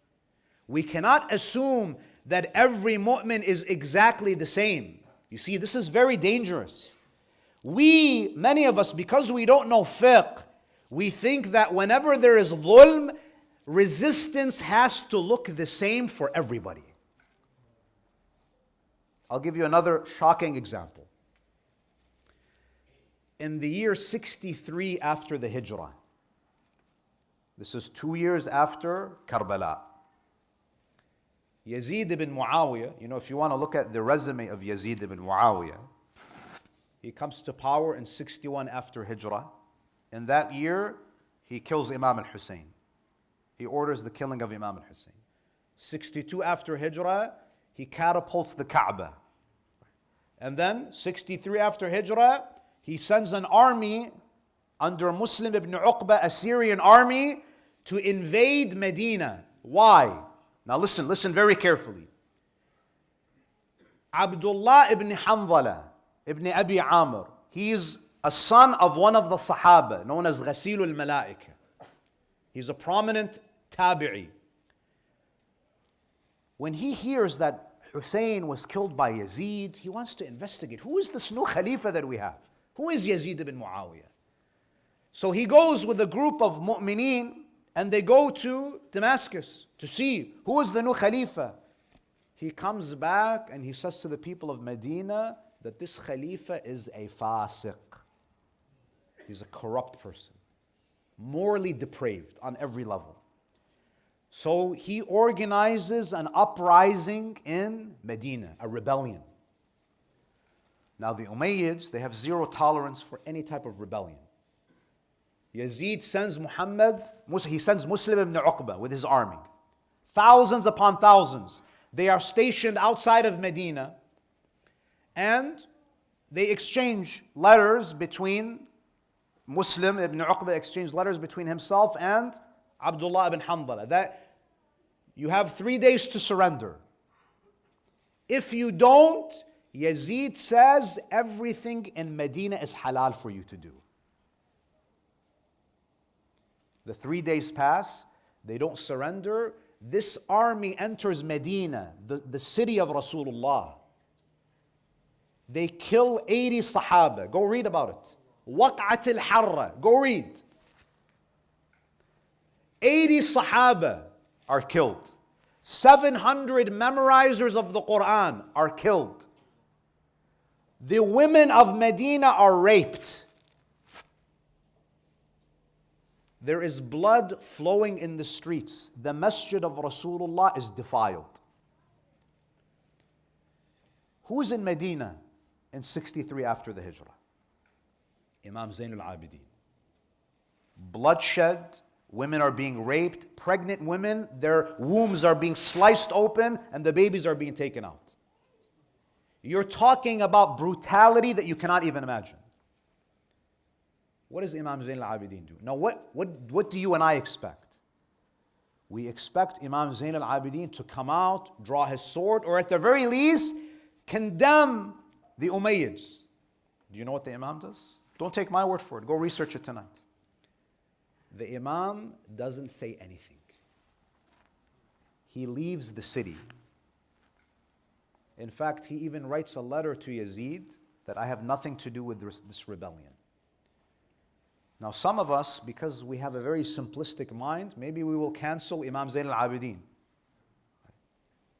Why does the Imam do this? Because the Imam knows that if he speaks out, the entire family of the Prophet will be destroyed and no one from Ahlul Bayt would survive. You cannot just rebel without thinking strategically. So what does the Imam do? He does something that would even shock us even more. This shows us that the Imams are very sophisticated. in the way that they think.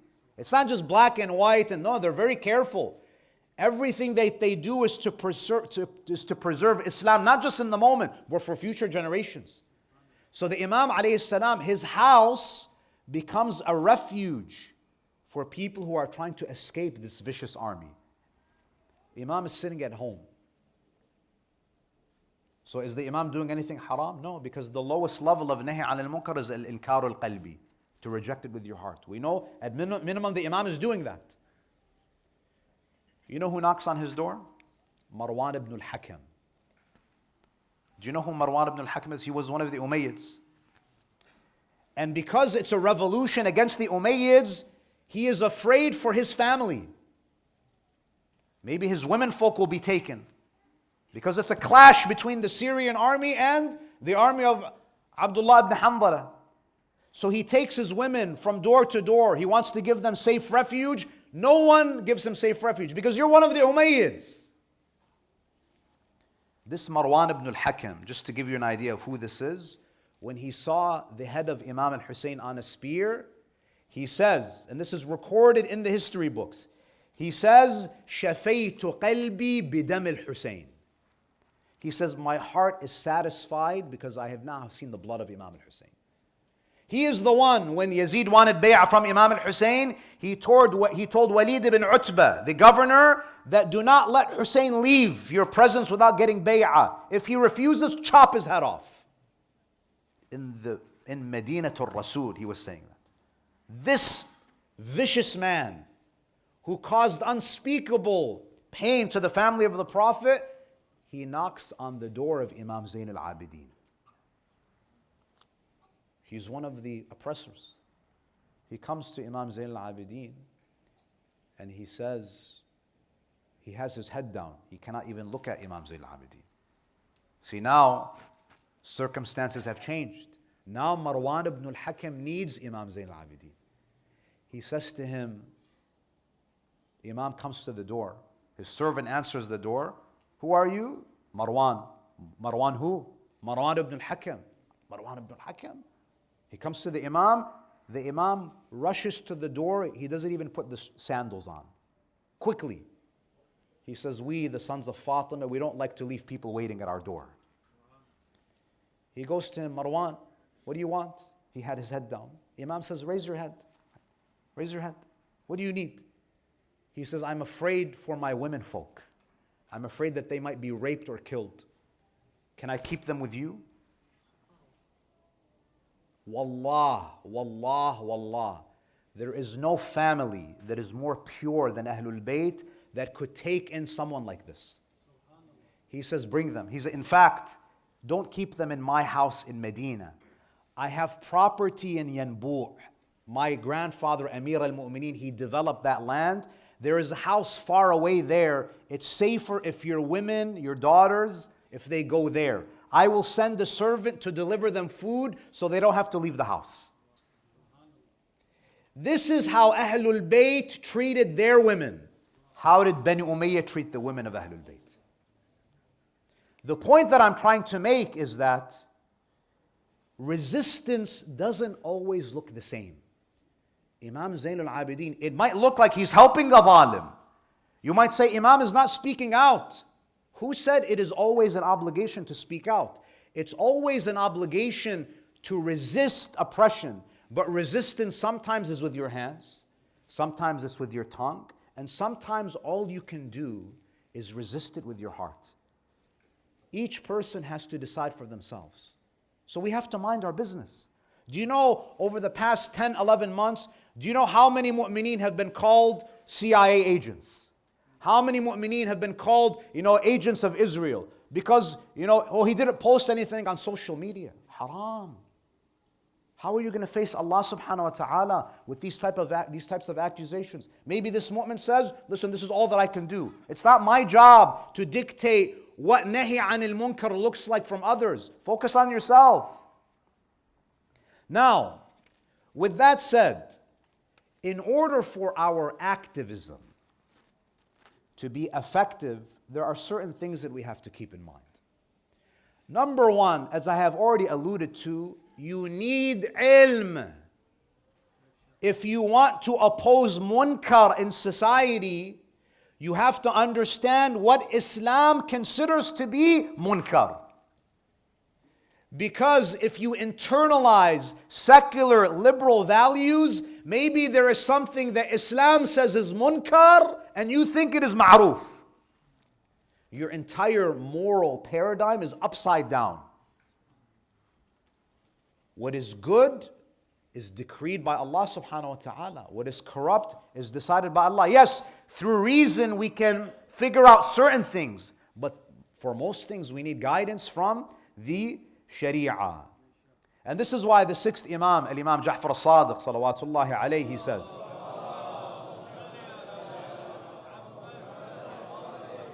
he says, Sari'u ila talab al-ilm.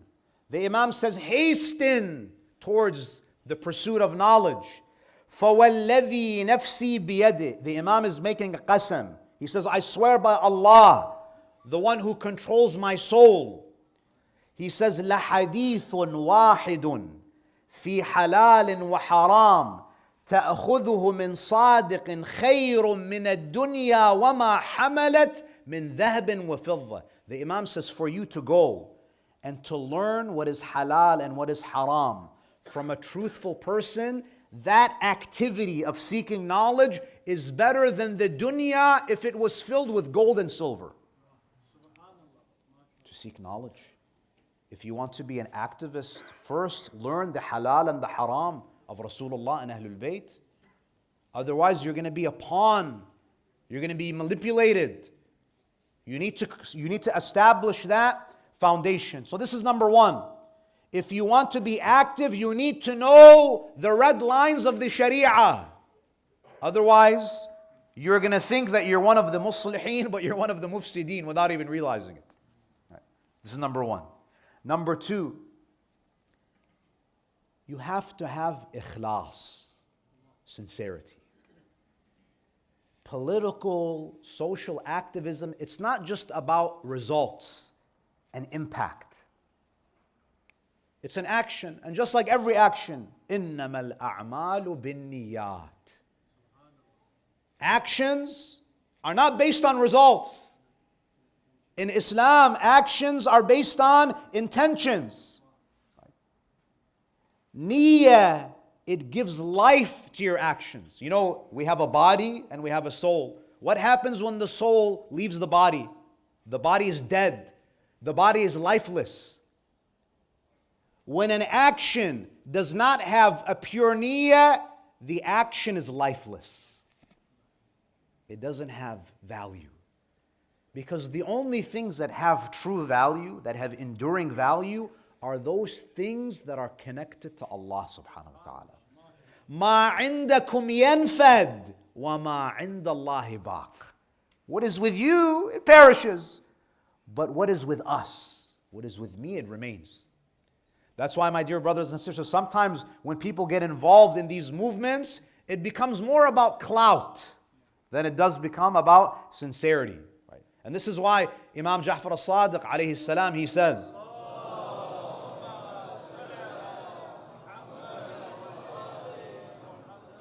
Kullu riya'in shirk.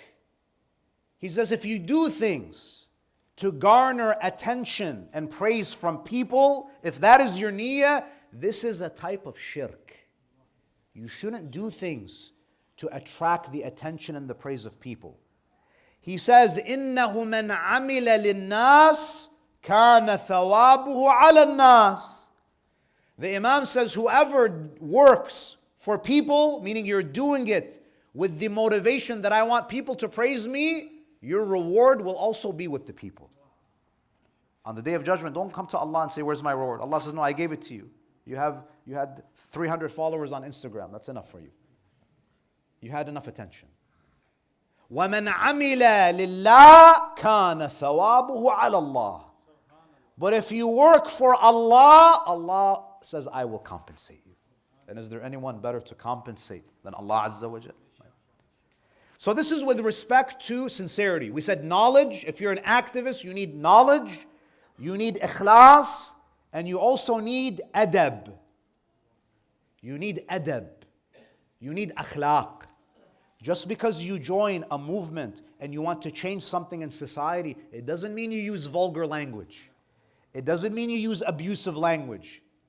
Because when Allah subhanahu wa ta'ala sends Musa and Harun to go and change society in Egypt, they are to confront the most vicious man, a man who thinks he's God. So what does Allah subhanahu wa ta'ala say? He says, اذهبا إلى فرعون فقولا له قولا لينا.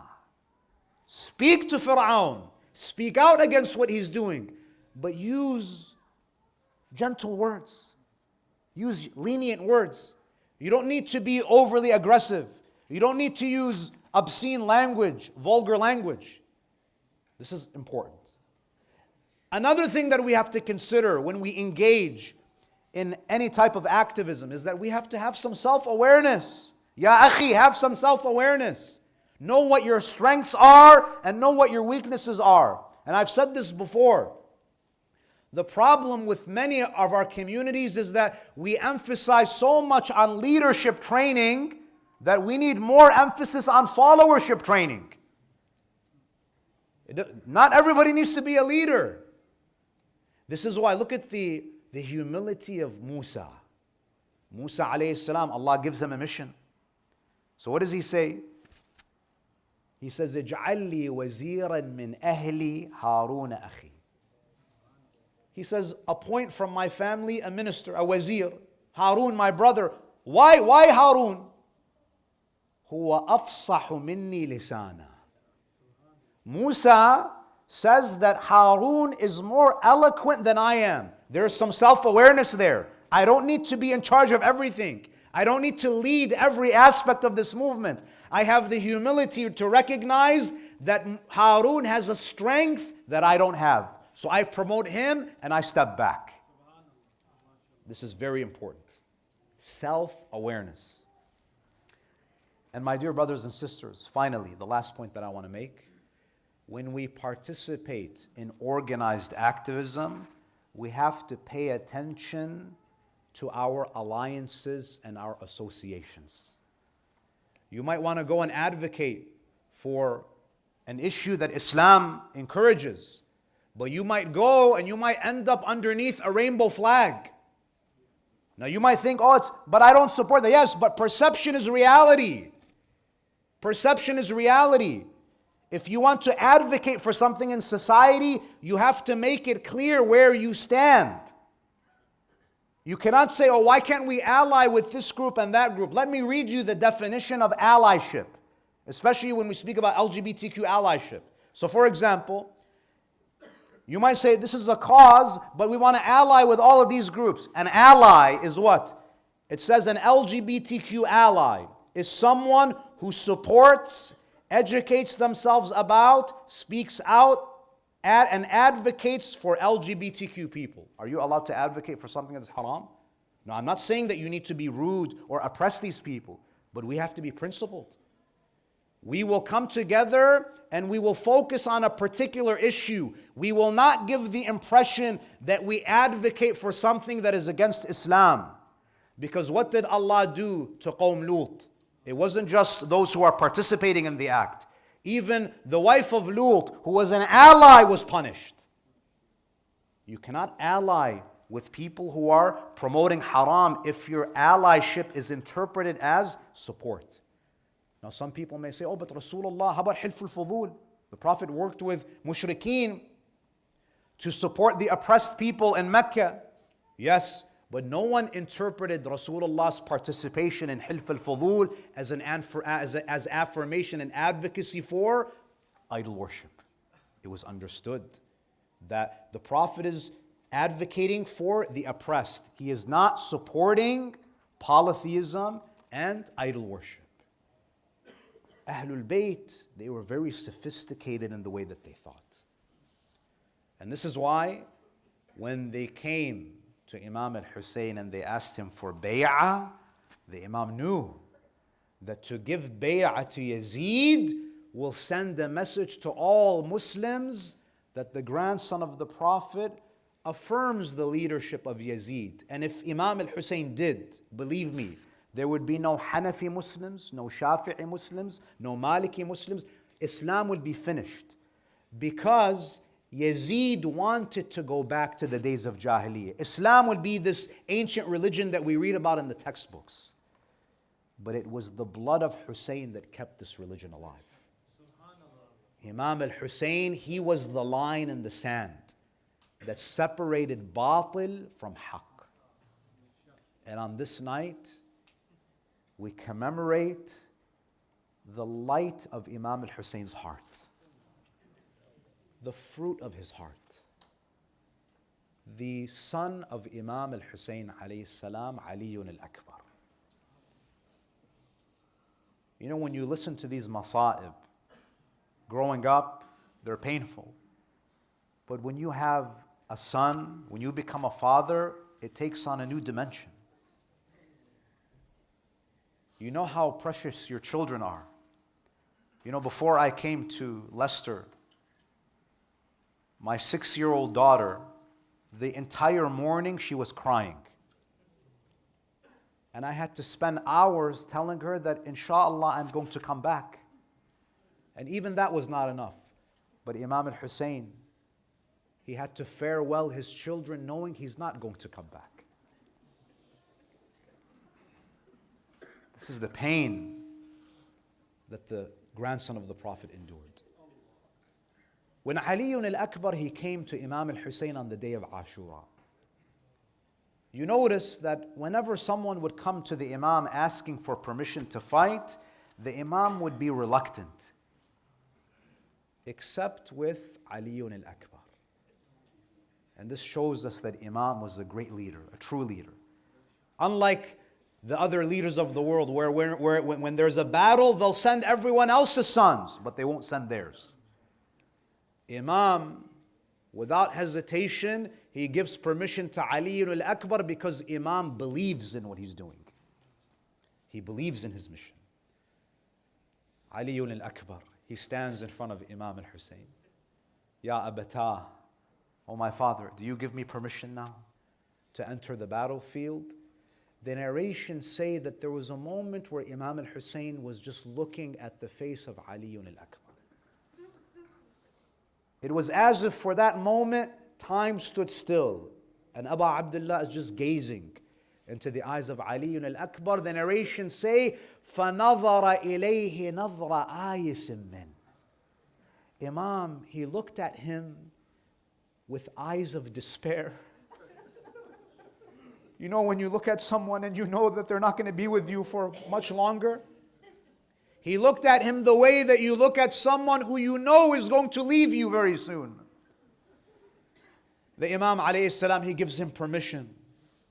Ali al-Akbar is putting on his armor.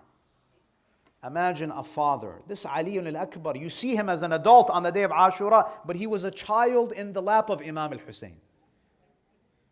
He's looking at him and then he raises his hands in dua. He says, Allahumma ashhad ala ha'ula'i al-qawm faqad baraza ilayhim ghulam ashbahu an-nas khalqan wa khuluqan wa mantiqan bi rasulika Muhammad. The Imam says, Oh Allah, bear witness over these people, for I am sending a young man to the battlefield who resembles Rasulullah in his appearance, in his conduct and his speech.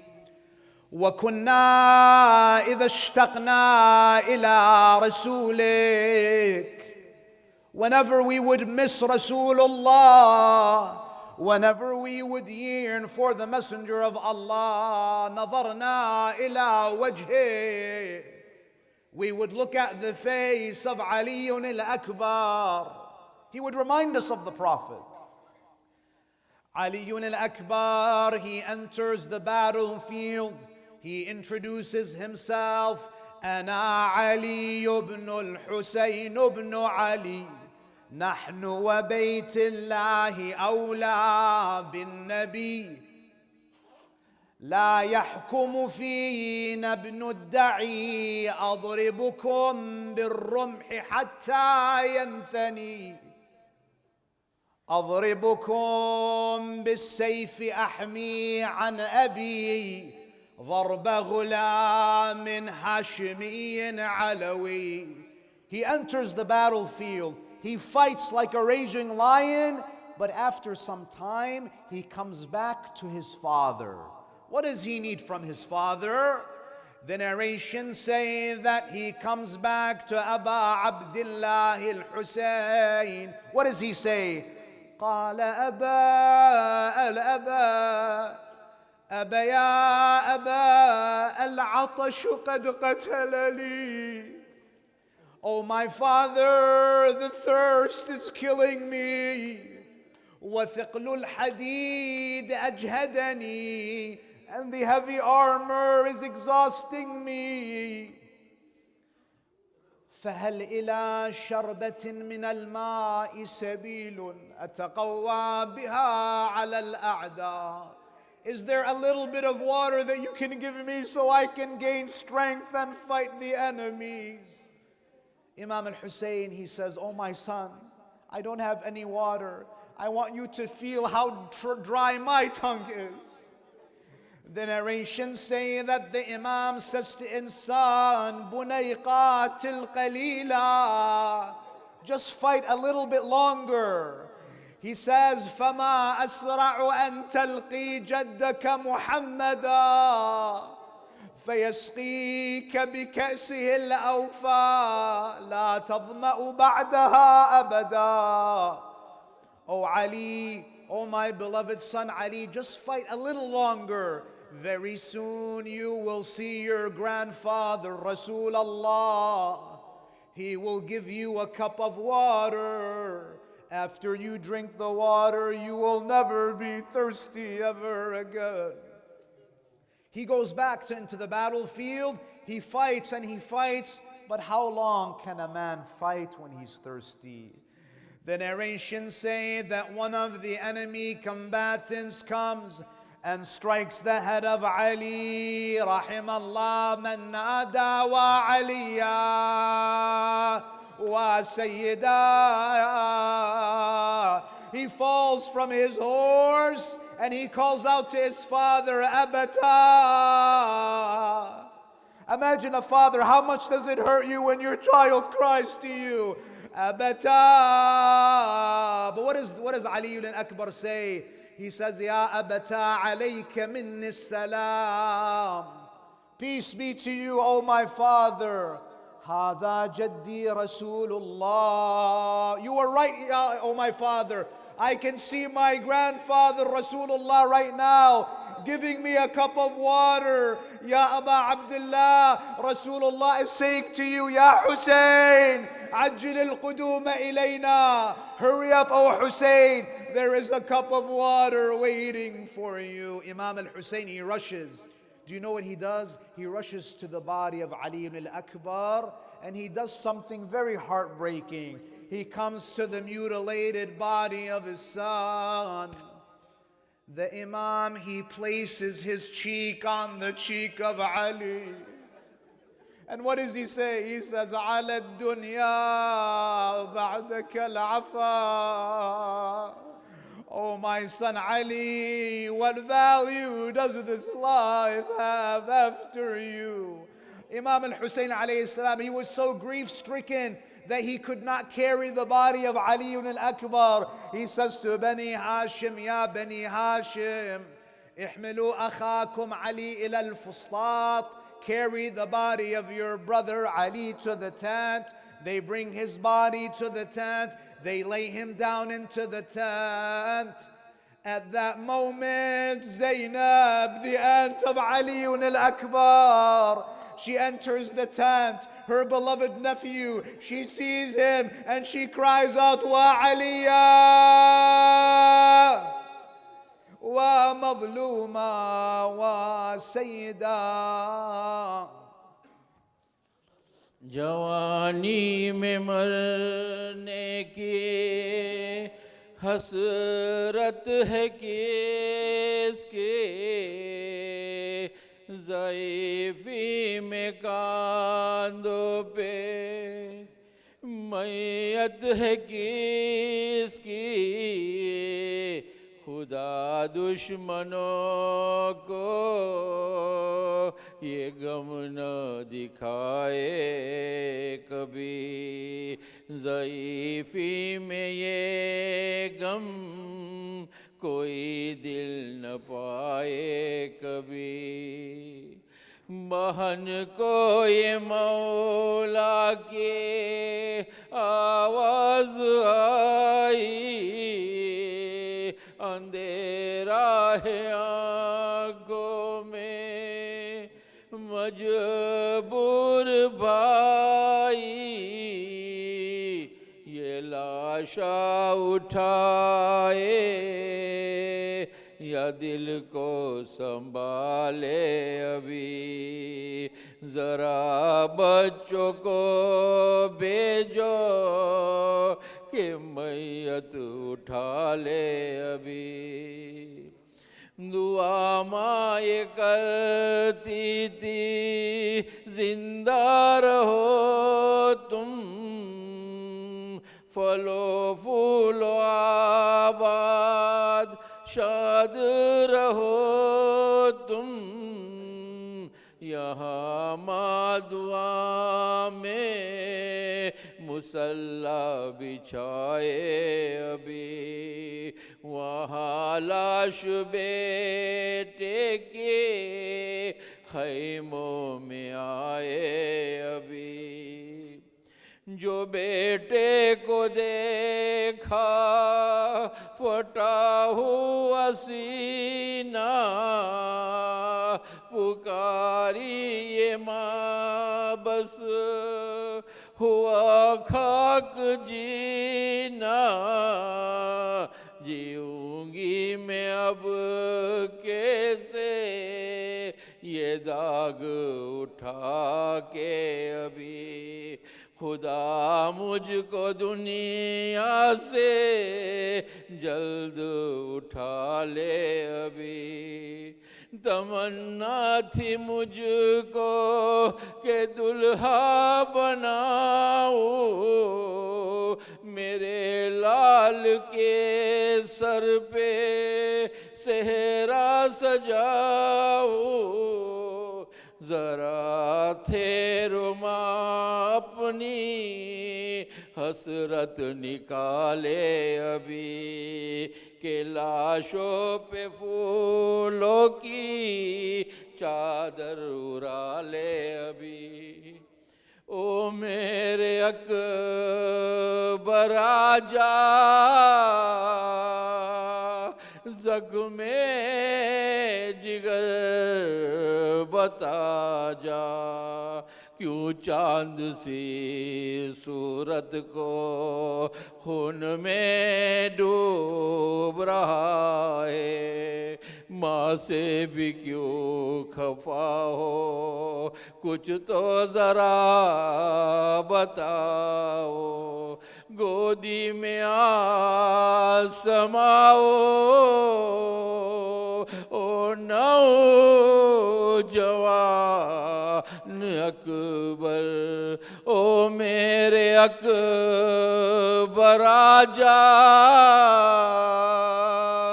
زخم جگر بتا جا، ماں کا یہ حال دیکھو، درد جگر کو پوچھو، قسمت نے یہ دکھایا داغ جوان بیٹا، اب جی کے کیا کروں میں، او نوجوان اکبر، او میرے اکبر آجا،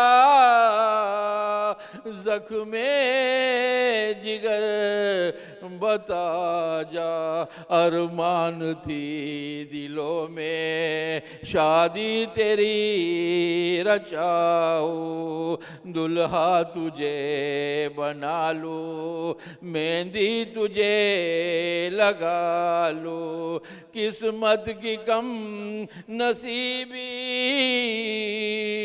او نوجوان بے آس کر گئے ہائے ماں جی کے کیا کرے اب یہ نیند کیسی آئی کیوں خاک پہ پڑے ہو اٹھو اٹھو اے بیٹا او نوجوان اکبر او میرے اکبر آجا زخم جگر بتا جا ماتم حسین یا حسین یا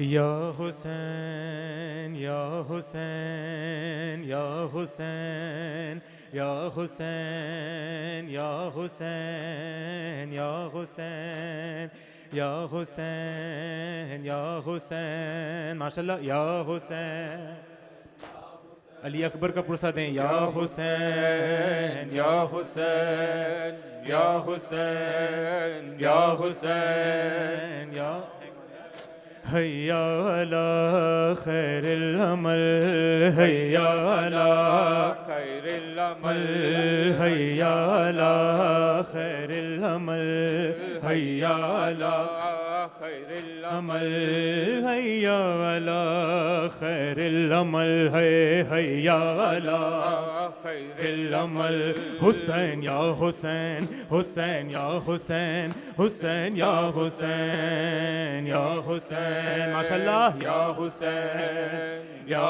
حسین یا حسین ماتم حیا علی خیر العمل حیا علی خیر العمل حیا علی خیر العمل حیا علی خیر العمل حیا علی العمل حیا علی خیر العمل حیا علی خیر العمل زخم دل کے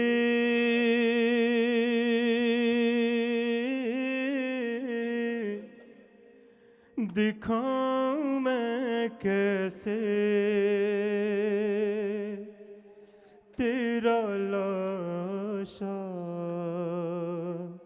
اٹھاؤں میں کیسے زخم دل کے دکھاؤں میں کیسے تیرا لاشا اٹھاؤں میں کیسے اکبر میرا سحر والا اکبر اکبر میرا سحر والا اکبر اکبر میرا سحر والا اکبر اکبر میرا سحر والا اکبر اکبر میرا سحر والا اکبر زخم دل کے دکھاؤں میں کیسے زخم دل کے دکھاؤں میں کیسے تیرا لاشا اٹھاؤں میں کیسے اکبر میرا سحر والا اکبر اکبر میرا سحر والا اکبر اکبر میرا سحر سارے مل کے بنام مولا اکبر اکبر میرا سحر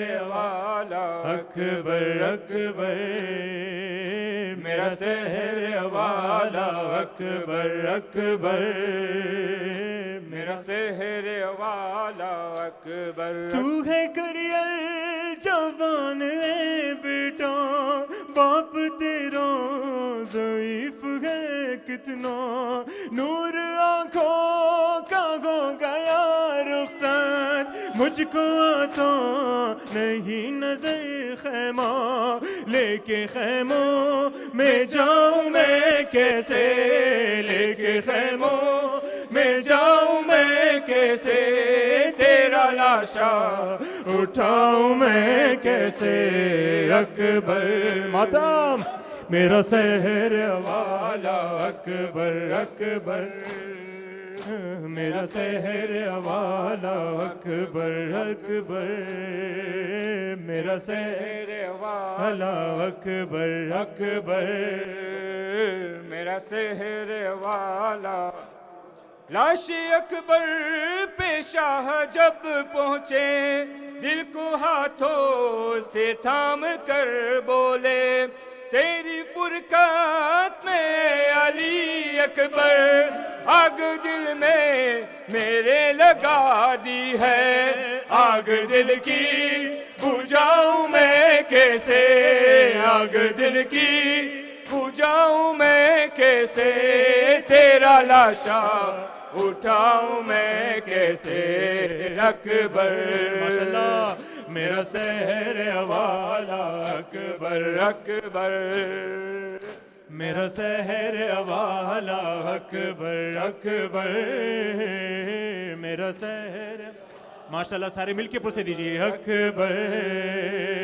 میرا سحر والا اکبر اکبر میرا سحر والا اکبر جس نے 18 سال پالا تھا کیسے دیکھے گی وہ تیرا لاشا کہ نکادی کا تھا جسے ارماں تیری شادی کا تھا جسے ارماں کیسے جھیلے گی وہ تیرا صدمہ تیری ماں کو بتاؤں میں کیسے تیری ماں کو بتاؤں میں کیسے تیرا لاشا اٹھاؤں میں کیسے اکبر میرا سحر والا اکبر اکبر میرا سحر والا اکبر اکبر میرا سحر والا اکبر اکبر لطف جینے میں اب کہاں اکبر دل سے اٹھی ہے یہ فغا اکبر صبح عاشور دی تھی جو تو نے خون رلائے گی وہ عزا اکبر تیری صورت بھلاؤں میں کیسے تیری صورت بھلاؤں میں کیسے تیرا لاشا اٹھاؤں میں کیسے اکبر میرا سحر والا اکبر اکبر میرا سحر والا اکبر اکبر میرا والا اکبر بھائی بہنوں کا ہے عجب رشتہ جس کا ثانی کوئی نہیں ملتا ارے رو کے صغرا نے یہ لکھا اکبر ایک دکھیاں کی لاج رکھ لینا ارے مر گیا تو بتاؤں میں کیسے مر گیا تو بتاؤں میں کیسے تیرا لاشا اٹھاؤں میں بھائی بہنوں کا ہے عجب رشتہ جس کا ثانی کہیں نہیں ملتا رو کے صغرا نے یہ لکھا اکبر ایک دکھیاں کی لاج رکھ لینا مر گیا تو بتاؤں میں کیسے مر گیا تو بتاؤں میں کیسے تیرا لاشا اٹھاؤں میں کیسے اکبر میرا سحر والا اکبر اکبر ہے میرا سحر والا اکبر اکبر ماشاءاللہ میرا سحر والا اکبر اکبر میرا سحر والا لاشی اکبر پہ شاہ جب پہنچے دل کو ہاتھوں سے تھام کر بولے تیری فرقات میں علی اکبر آگ دل میں میرے لگا دی ہے آگ دل کی بجھاؤں میں کیسے آگ دل کی بجھاؤں میں کیسے تیرا لاشا اٹھاؤں میں کیسے اکبر میرا سحر والا اکبر اکبر میرا سحر والا اکبر اکبر ہے میرا سحر ماشاءاللہ مل کے پرسہ دیجئے اکبر میرا اکبر اکبر میرا سحر علی علی اکبر علی علی علی علی اکبر علی علی علی علی اکبر علی علی شبیہ پیغمبر علی علی شبیہ پیغمبر علی علی علی علی اکبر سارے ایک ایک بندہ بولے علی علی اکبر علی علی شبیہ پیغمبر علی علی شبیہ پیغمبر علی علی علی علی اکبر علی علی ماشاءاللہ شبیہ پیغمبر علی علی شبیہ پیغمبر علی علی ای جانم نظر اٹھا کے تم کو دیکھو اے بیٹا ای جانم کیوں سر جھکائے کھڑے ہوئے ہو اے بیٹا ای جانم تم ہی تو مادر کا آسرا ہو اے بیٹا ماتم ای جان مادر علی علی ای جان مادر علی ای جان مادر علی علی ای جان مادر علی علی شبیہ پیغمبر علی علی شبیہ پیغمبر علی علی علی علی علی اکبر علی علی شبیہ پیغمبر علی علی ماشاءاللہ شبیہ پیغمبر علی علی علی علی اکبر علی شبیہ پیغمبر علی علی شبیہ پیغمبر علی علی ای جانم اے میرے یوسف جمال اکبر رک جاؤ اے جانم نہ جی سکے گی تمہاری مادر رک جاؤ اے جانم سہیں گے کیسے یہ داغ سرور رک جاؤ رکو اے صفدر علی علی رکو اے صفدر علی رکو اے صفدر علی علی رکو اے صفدر علی علی شبیہ پیغمبر علی علی شبیہ پیغمبر علی علی علی علی اکبر ماشاءاللہ ایک ایک بندہ بولے علی علی اکبر علی علی شبیہ پیغمبر علی علی شبیہ پیغمبر علی علی علی علی اکبر علی علی علی علی اکبر علی علی شبیہ پیغمبر علی علی شبیہ پیغمبر علی ای جانم نبی کی صورت نبی کی سیرت ہے اکبر اے جانم نثار تجھ پہ جہاں کی عظمت اے اکبر اے جانم پکارتی ہے تجھے شہادت اے اکبر اے گول حیدر علی علی اے گول حیدر علی علی اے گول حیدر علی علی شبیہ پیغمبر علی علی شبیہ پیغمبر علی علی علی علی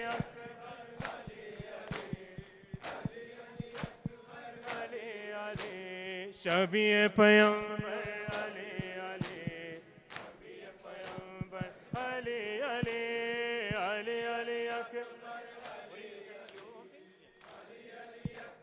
علی علی شبیہ پیغمبر علی علی شبیہ پیغمبر آخری دفعہ سارے مل کے علی علی علی اکبر علی علی علی علی اکبر علی علی شبیہ پیغمبر علی علی علی علی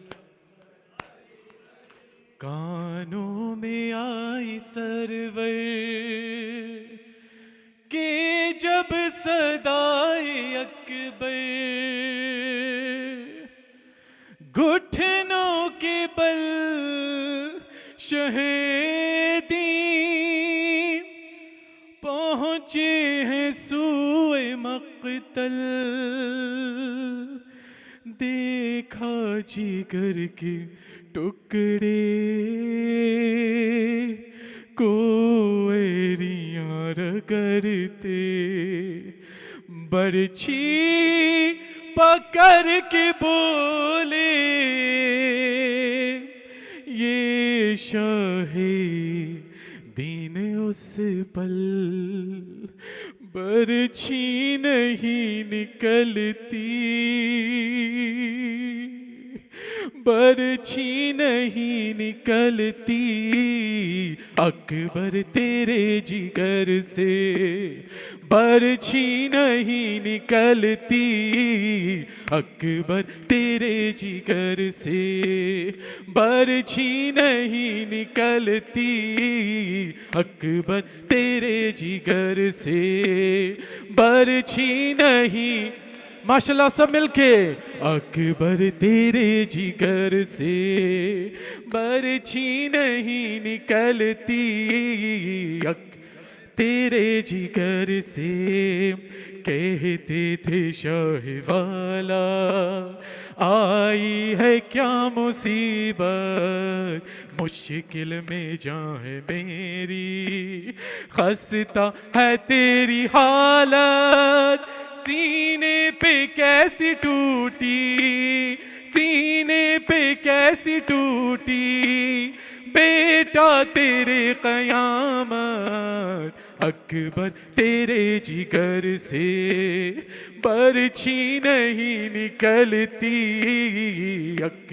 تیرے جگر سے برچھی نہیں اکبر تیرے جگر سے برچھی نہیں نکلتی تیرے جگر سے برچھی نہیں نکلتی اکبر سے اکبر تیرے جگر کا ہے زخم کتنا کاری چھوتا اگر ہوں میں تو ہوتا ہے خون جاری کس بے رحم نے برچھی کس بے رحم نے برچھی سینے پہ تیرے ماری اکبر تیرے جگر سے برچھی نہیں نکلتی اکبر تیرے جگر سے برچھی نہیں ماشاءاللہ جیو سب مل کے برچھی نہیں نکلتی اکبر گھر سے برچھی نہیں نکلتی. ماشاءاللہ ماتمی سنو.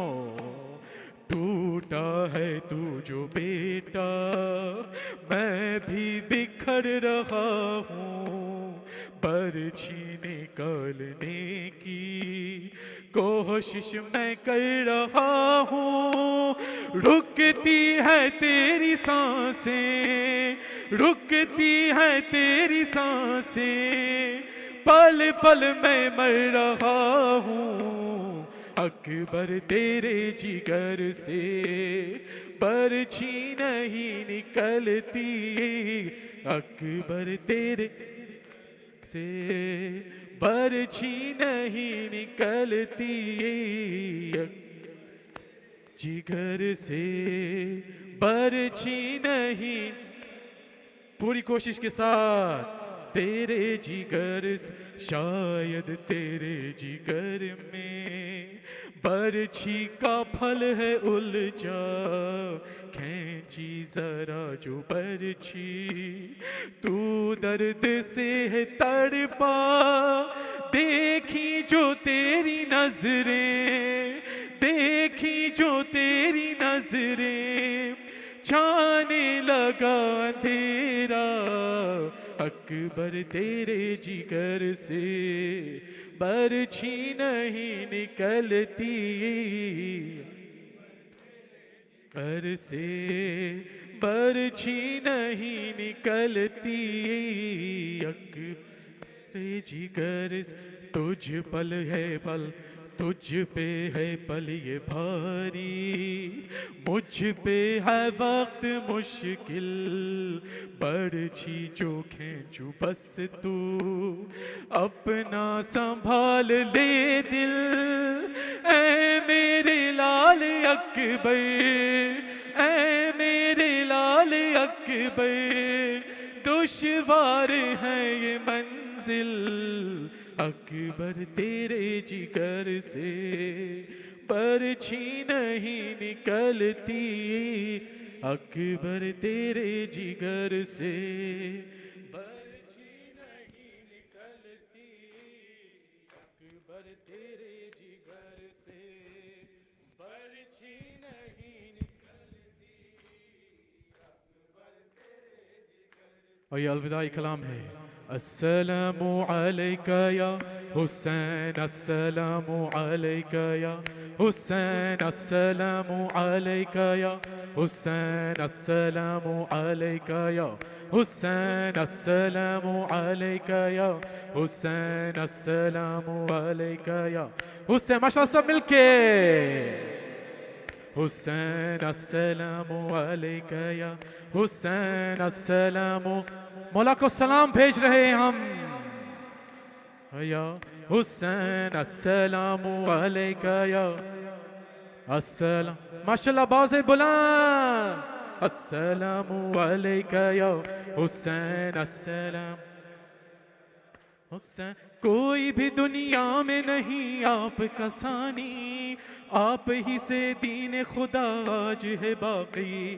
ساتھ ہیں جو آپ کے ہم ان کے ساتھی, آپ کے دشمن سے کبھی ہم نہیں راضی. آل ابا حسین دین کی بقا, حسین صبر و رضا. یا حسین یا حسین یا حسین یا حسین یا حسین یا حسین یا حسین یا حسین یا حسین, حسین یا حسین یا حسین یا حسین یا حسین یا حسین یا حسین. اکبر میرے جوان کسی کو بلائے ماں, بازار شام آ گیا, بازار شام آ گیا, بازار شام آ گیا. اکبر میرے جوان کس کو بلائے ماں, بازار شام آ گیا, بازار شام آ گیا. زینب کی لو خبر آپ عابد ہے ناتوا بازار شام آ گیا بازار شام آ گیا بازار شام آ گیا دشت بلا کو چھوڑ کر خاک شفا کو اوڑھ کر اے فقر کبریا سنو کہتی ہوں ہاتھ جوڑ کر کیسے چلے گی ماں اے میرے نوجوان بازار شام آ گیا بازار شام آ گیا اکبر میرے جوان کس کو بلائے ماں بازار شام آ گیا قسمت کی پاسباں ہے وہ خیر النساء کی جاں ہے وہ غربت کی امتحان ہوئی غیروں کے درمیان ہے وہ شاہزادی جنا سہتی ہے سختیاں بازار شام آ گیا بازار شام آ گیا اکبر میرے جوان کس کو بلائے ماں بازار شام آ گیا قاتل تیرا میرے پسر سجاد کا ہے ہم سفر کم تو نہیں ہے یہ ستم سہتا رہا ہے وہ مگر کیسے صاحب بلا بیمار سارے بازار شام آ گیا بازار شام آ گیا اکبر میرے جوان کس کو بلائے ماں بازار شام آ گیا بازار شام آ گیا دشت بلا کو چھوڑ کر خاک شفا کو اوڑھ کر اے فقر کبریا سنو کہتی ہوں ہاتھ جوڑ کر کیسے چلے گی ماں اے میرے نوجوان بازار شام آ گیا بازار شام آ گیا یا حسین یا حسین حسین یا حسین حسین یا حسین یا حسین یا حسین السلام علیکہ یا ابا عبداللہ السلام علیکہ یا ابن رسول اللہ السلام علیکہ یا ابن امیر المومنین و ابن سید الوسین السلام علیکہ یا ابن فاطمة الزہراء سیدۃ نساء العالمین السلام علیکہ یا شہداء کربلا جميعا ورحمۃ اللہ وبرکاتہ السلام علیکہ مولا و ابن مولا السلام علیکہ یا غریب الغرباء السلام علیکہ یا سلطان بالحسن علی ابن موسیٰ الرضا کن شفینا و شفی والدین فی یوم الجزاء السلام علیکم ورحمۃ اللہ وبرکاتہ السلام علیکم مولانا یا صاحب العصر والزمان الامان الامان الامان السلام علیکم یا شریک القرآن السلام علیکم یا خلیفۃ الرحمن السلام علیکم یا امام الانس والجان اجل اللہ تعالی فرجک وصال اللہ تعالی مخرجک وظہورک وجعلنا من انصارک وعوانک ورحمۃ اللہ وبرکاتہ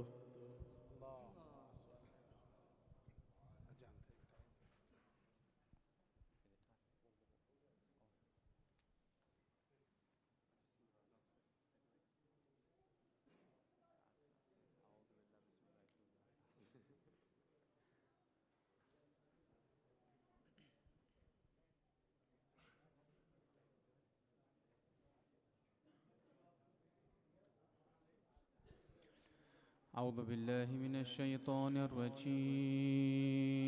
بسم اللہ الرحمن الرحیم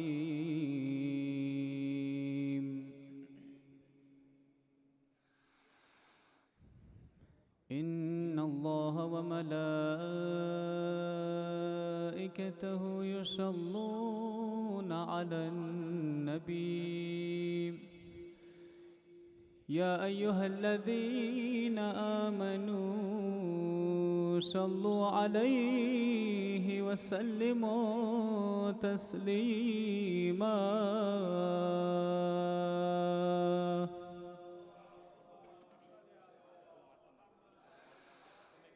سبحان الله والحمد لله ولا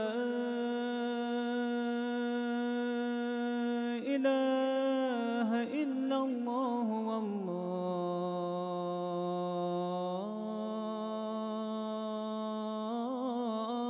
أكبر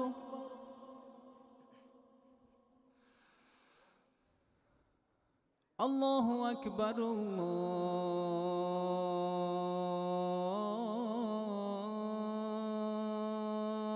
الله أكبر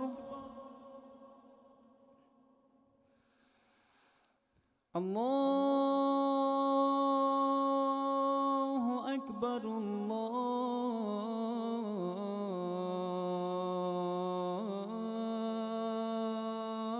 الله أكبر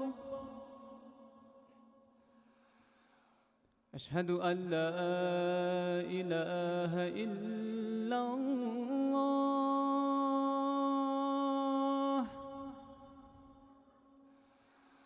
أشهد أن لا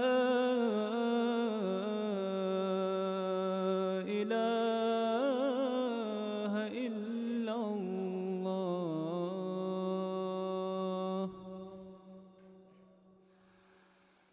أشهد أن محمدًا رسول الله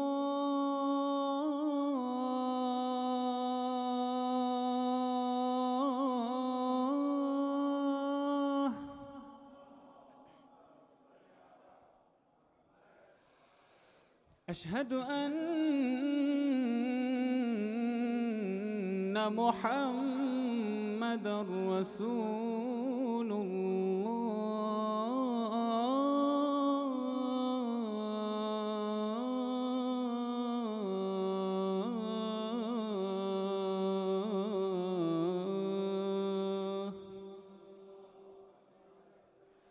صلى الله عليه وآله وسلم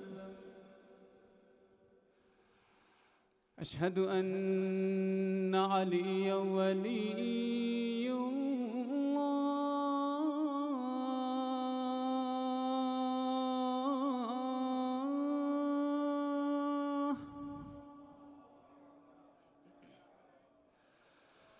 أشهد أن أمير المؤمنين عليا حجة الله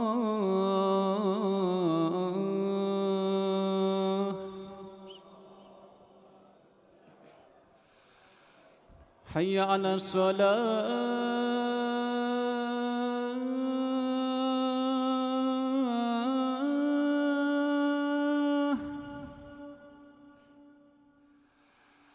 حي على الصلاة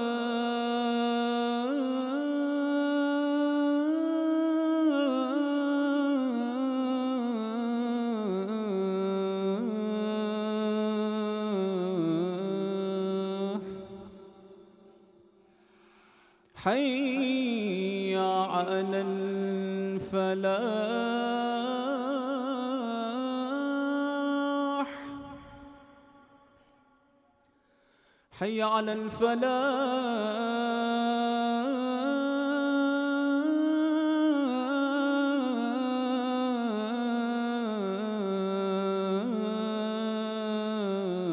الفلاح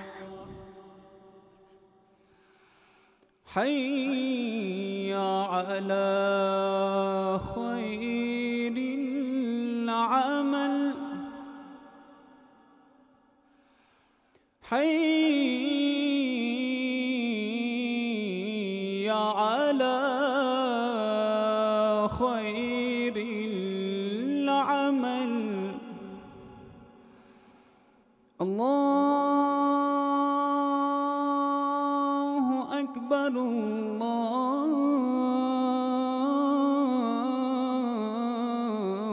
أكبر لا إله إلا الله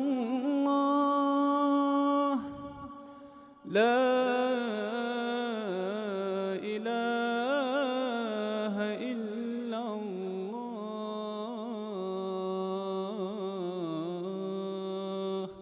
وصلى الله على سيدنا محمد وآله وسلم. بسم الله الرحمن الرحيم. اللهم اجعل قلبي بارا وعملي صارا وعيشي قارا ورزقي دارا وأولادي أبرارا واجعل لي عند قبر نبيك محمد صلى الله عليه وآله وسلم مستقرا وقرارا برحمتك يا أرحم الراحمين.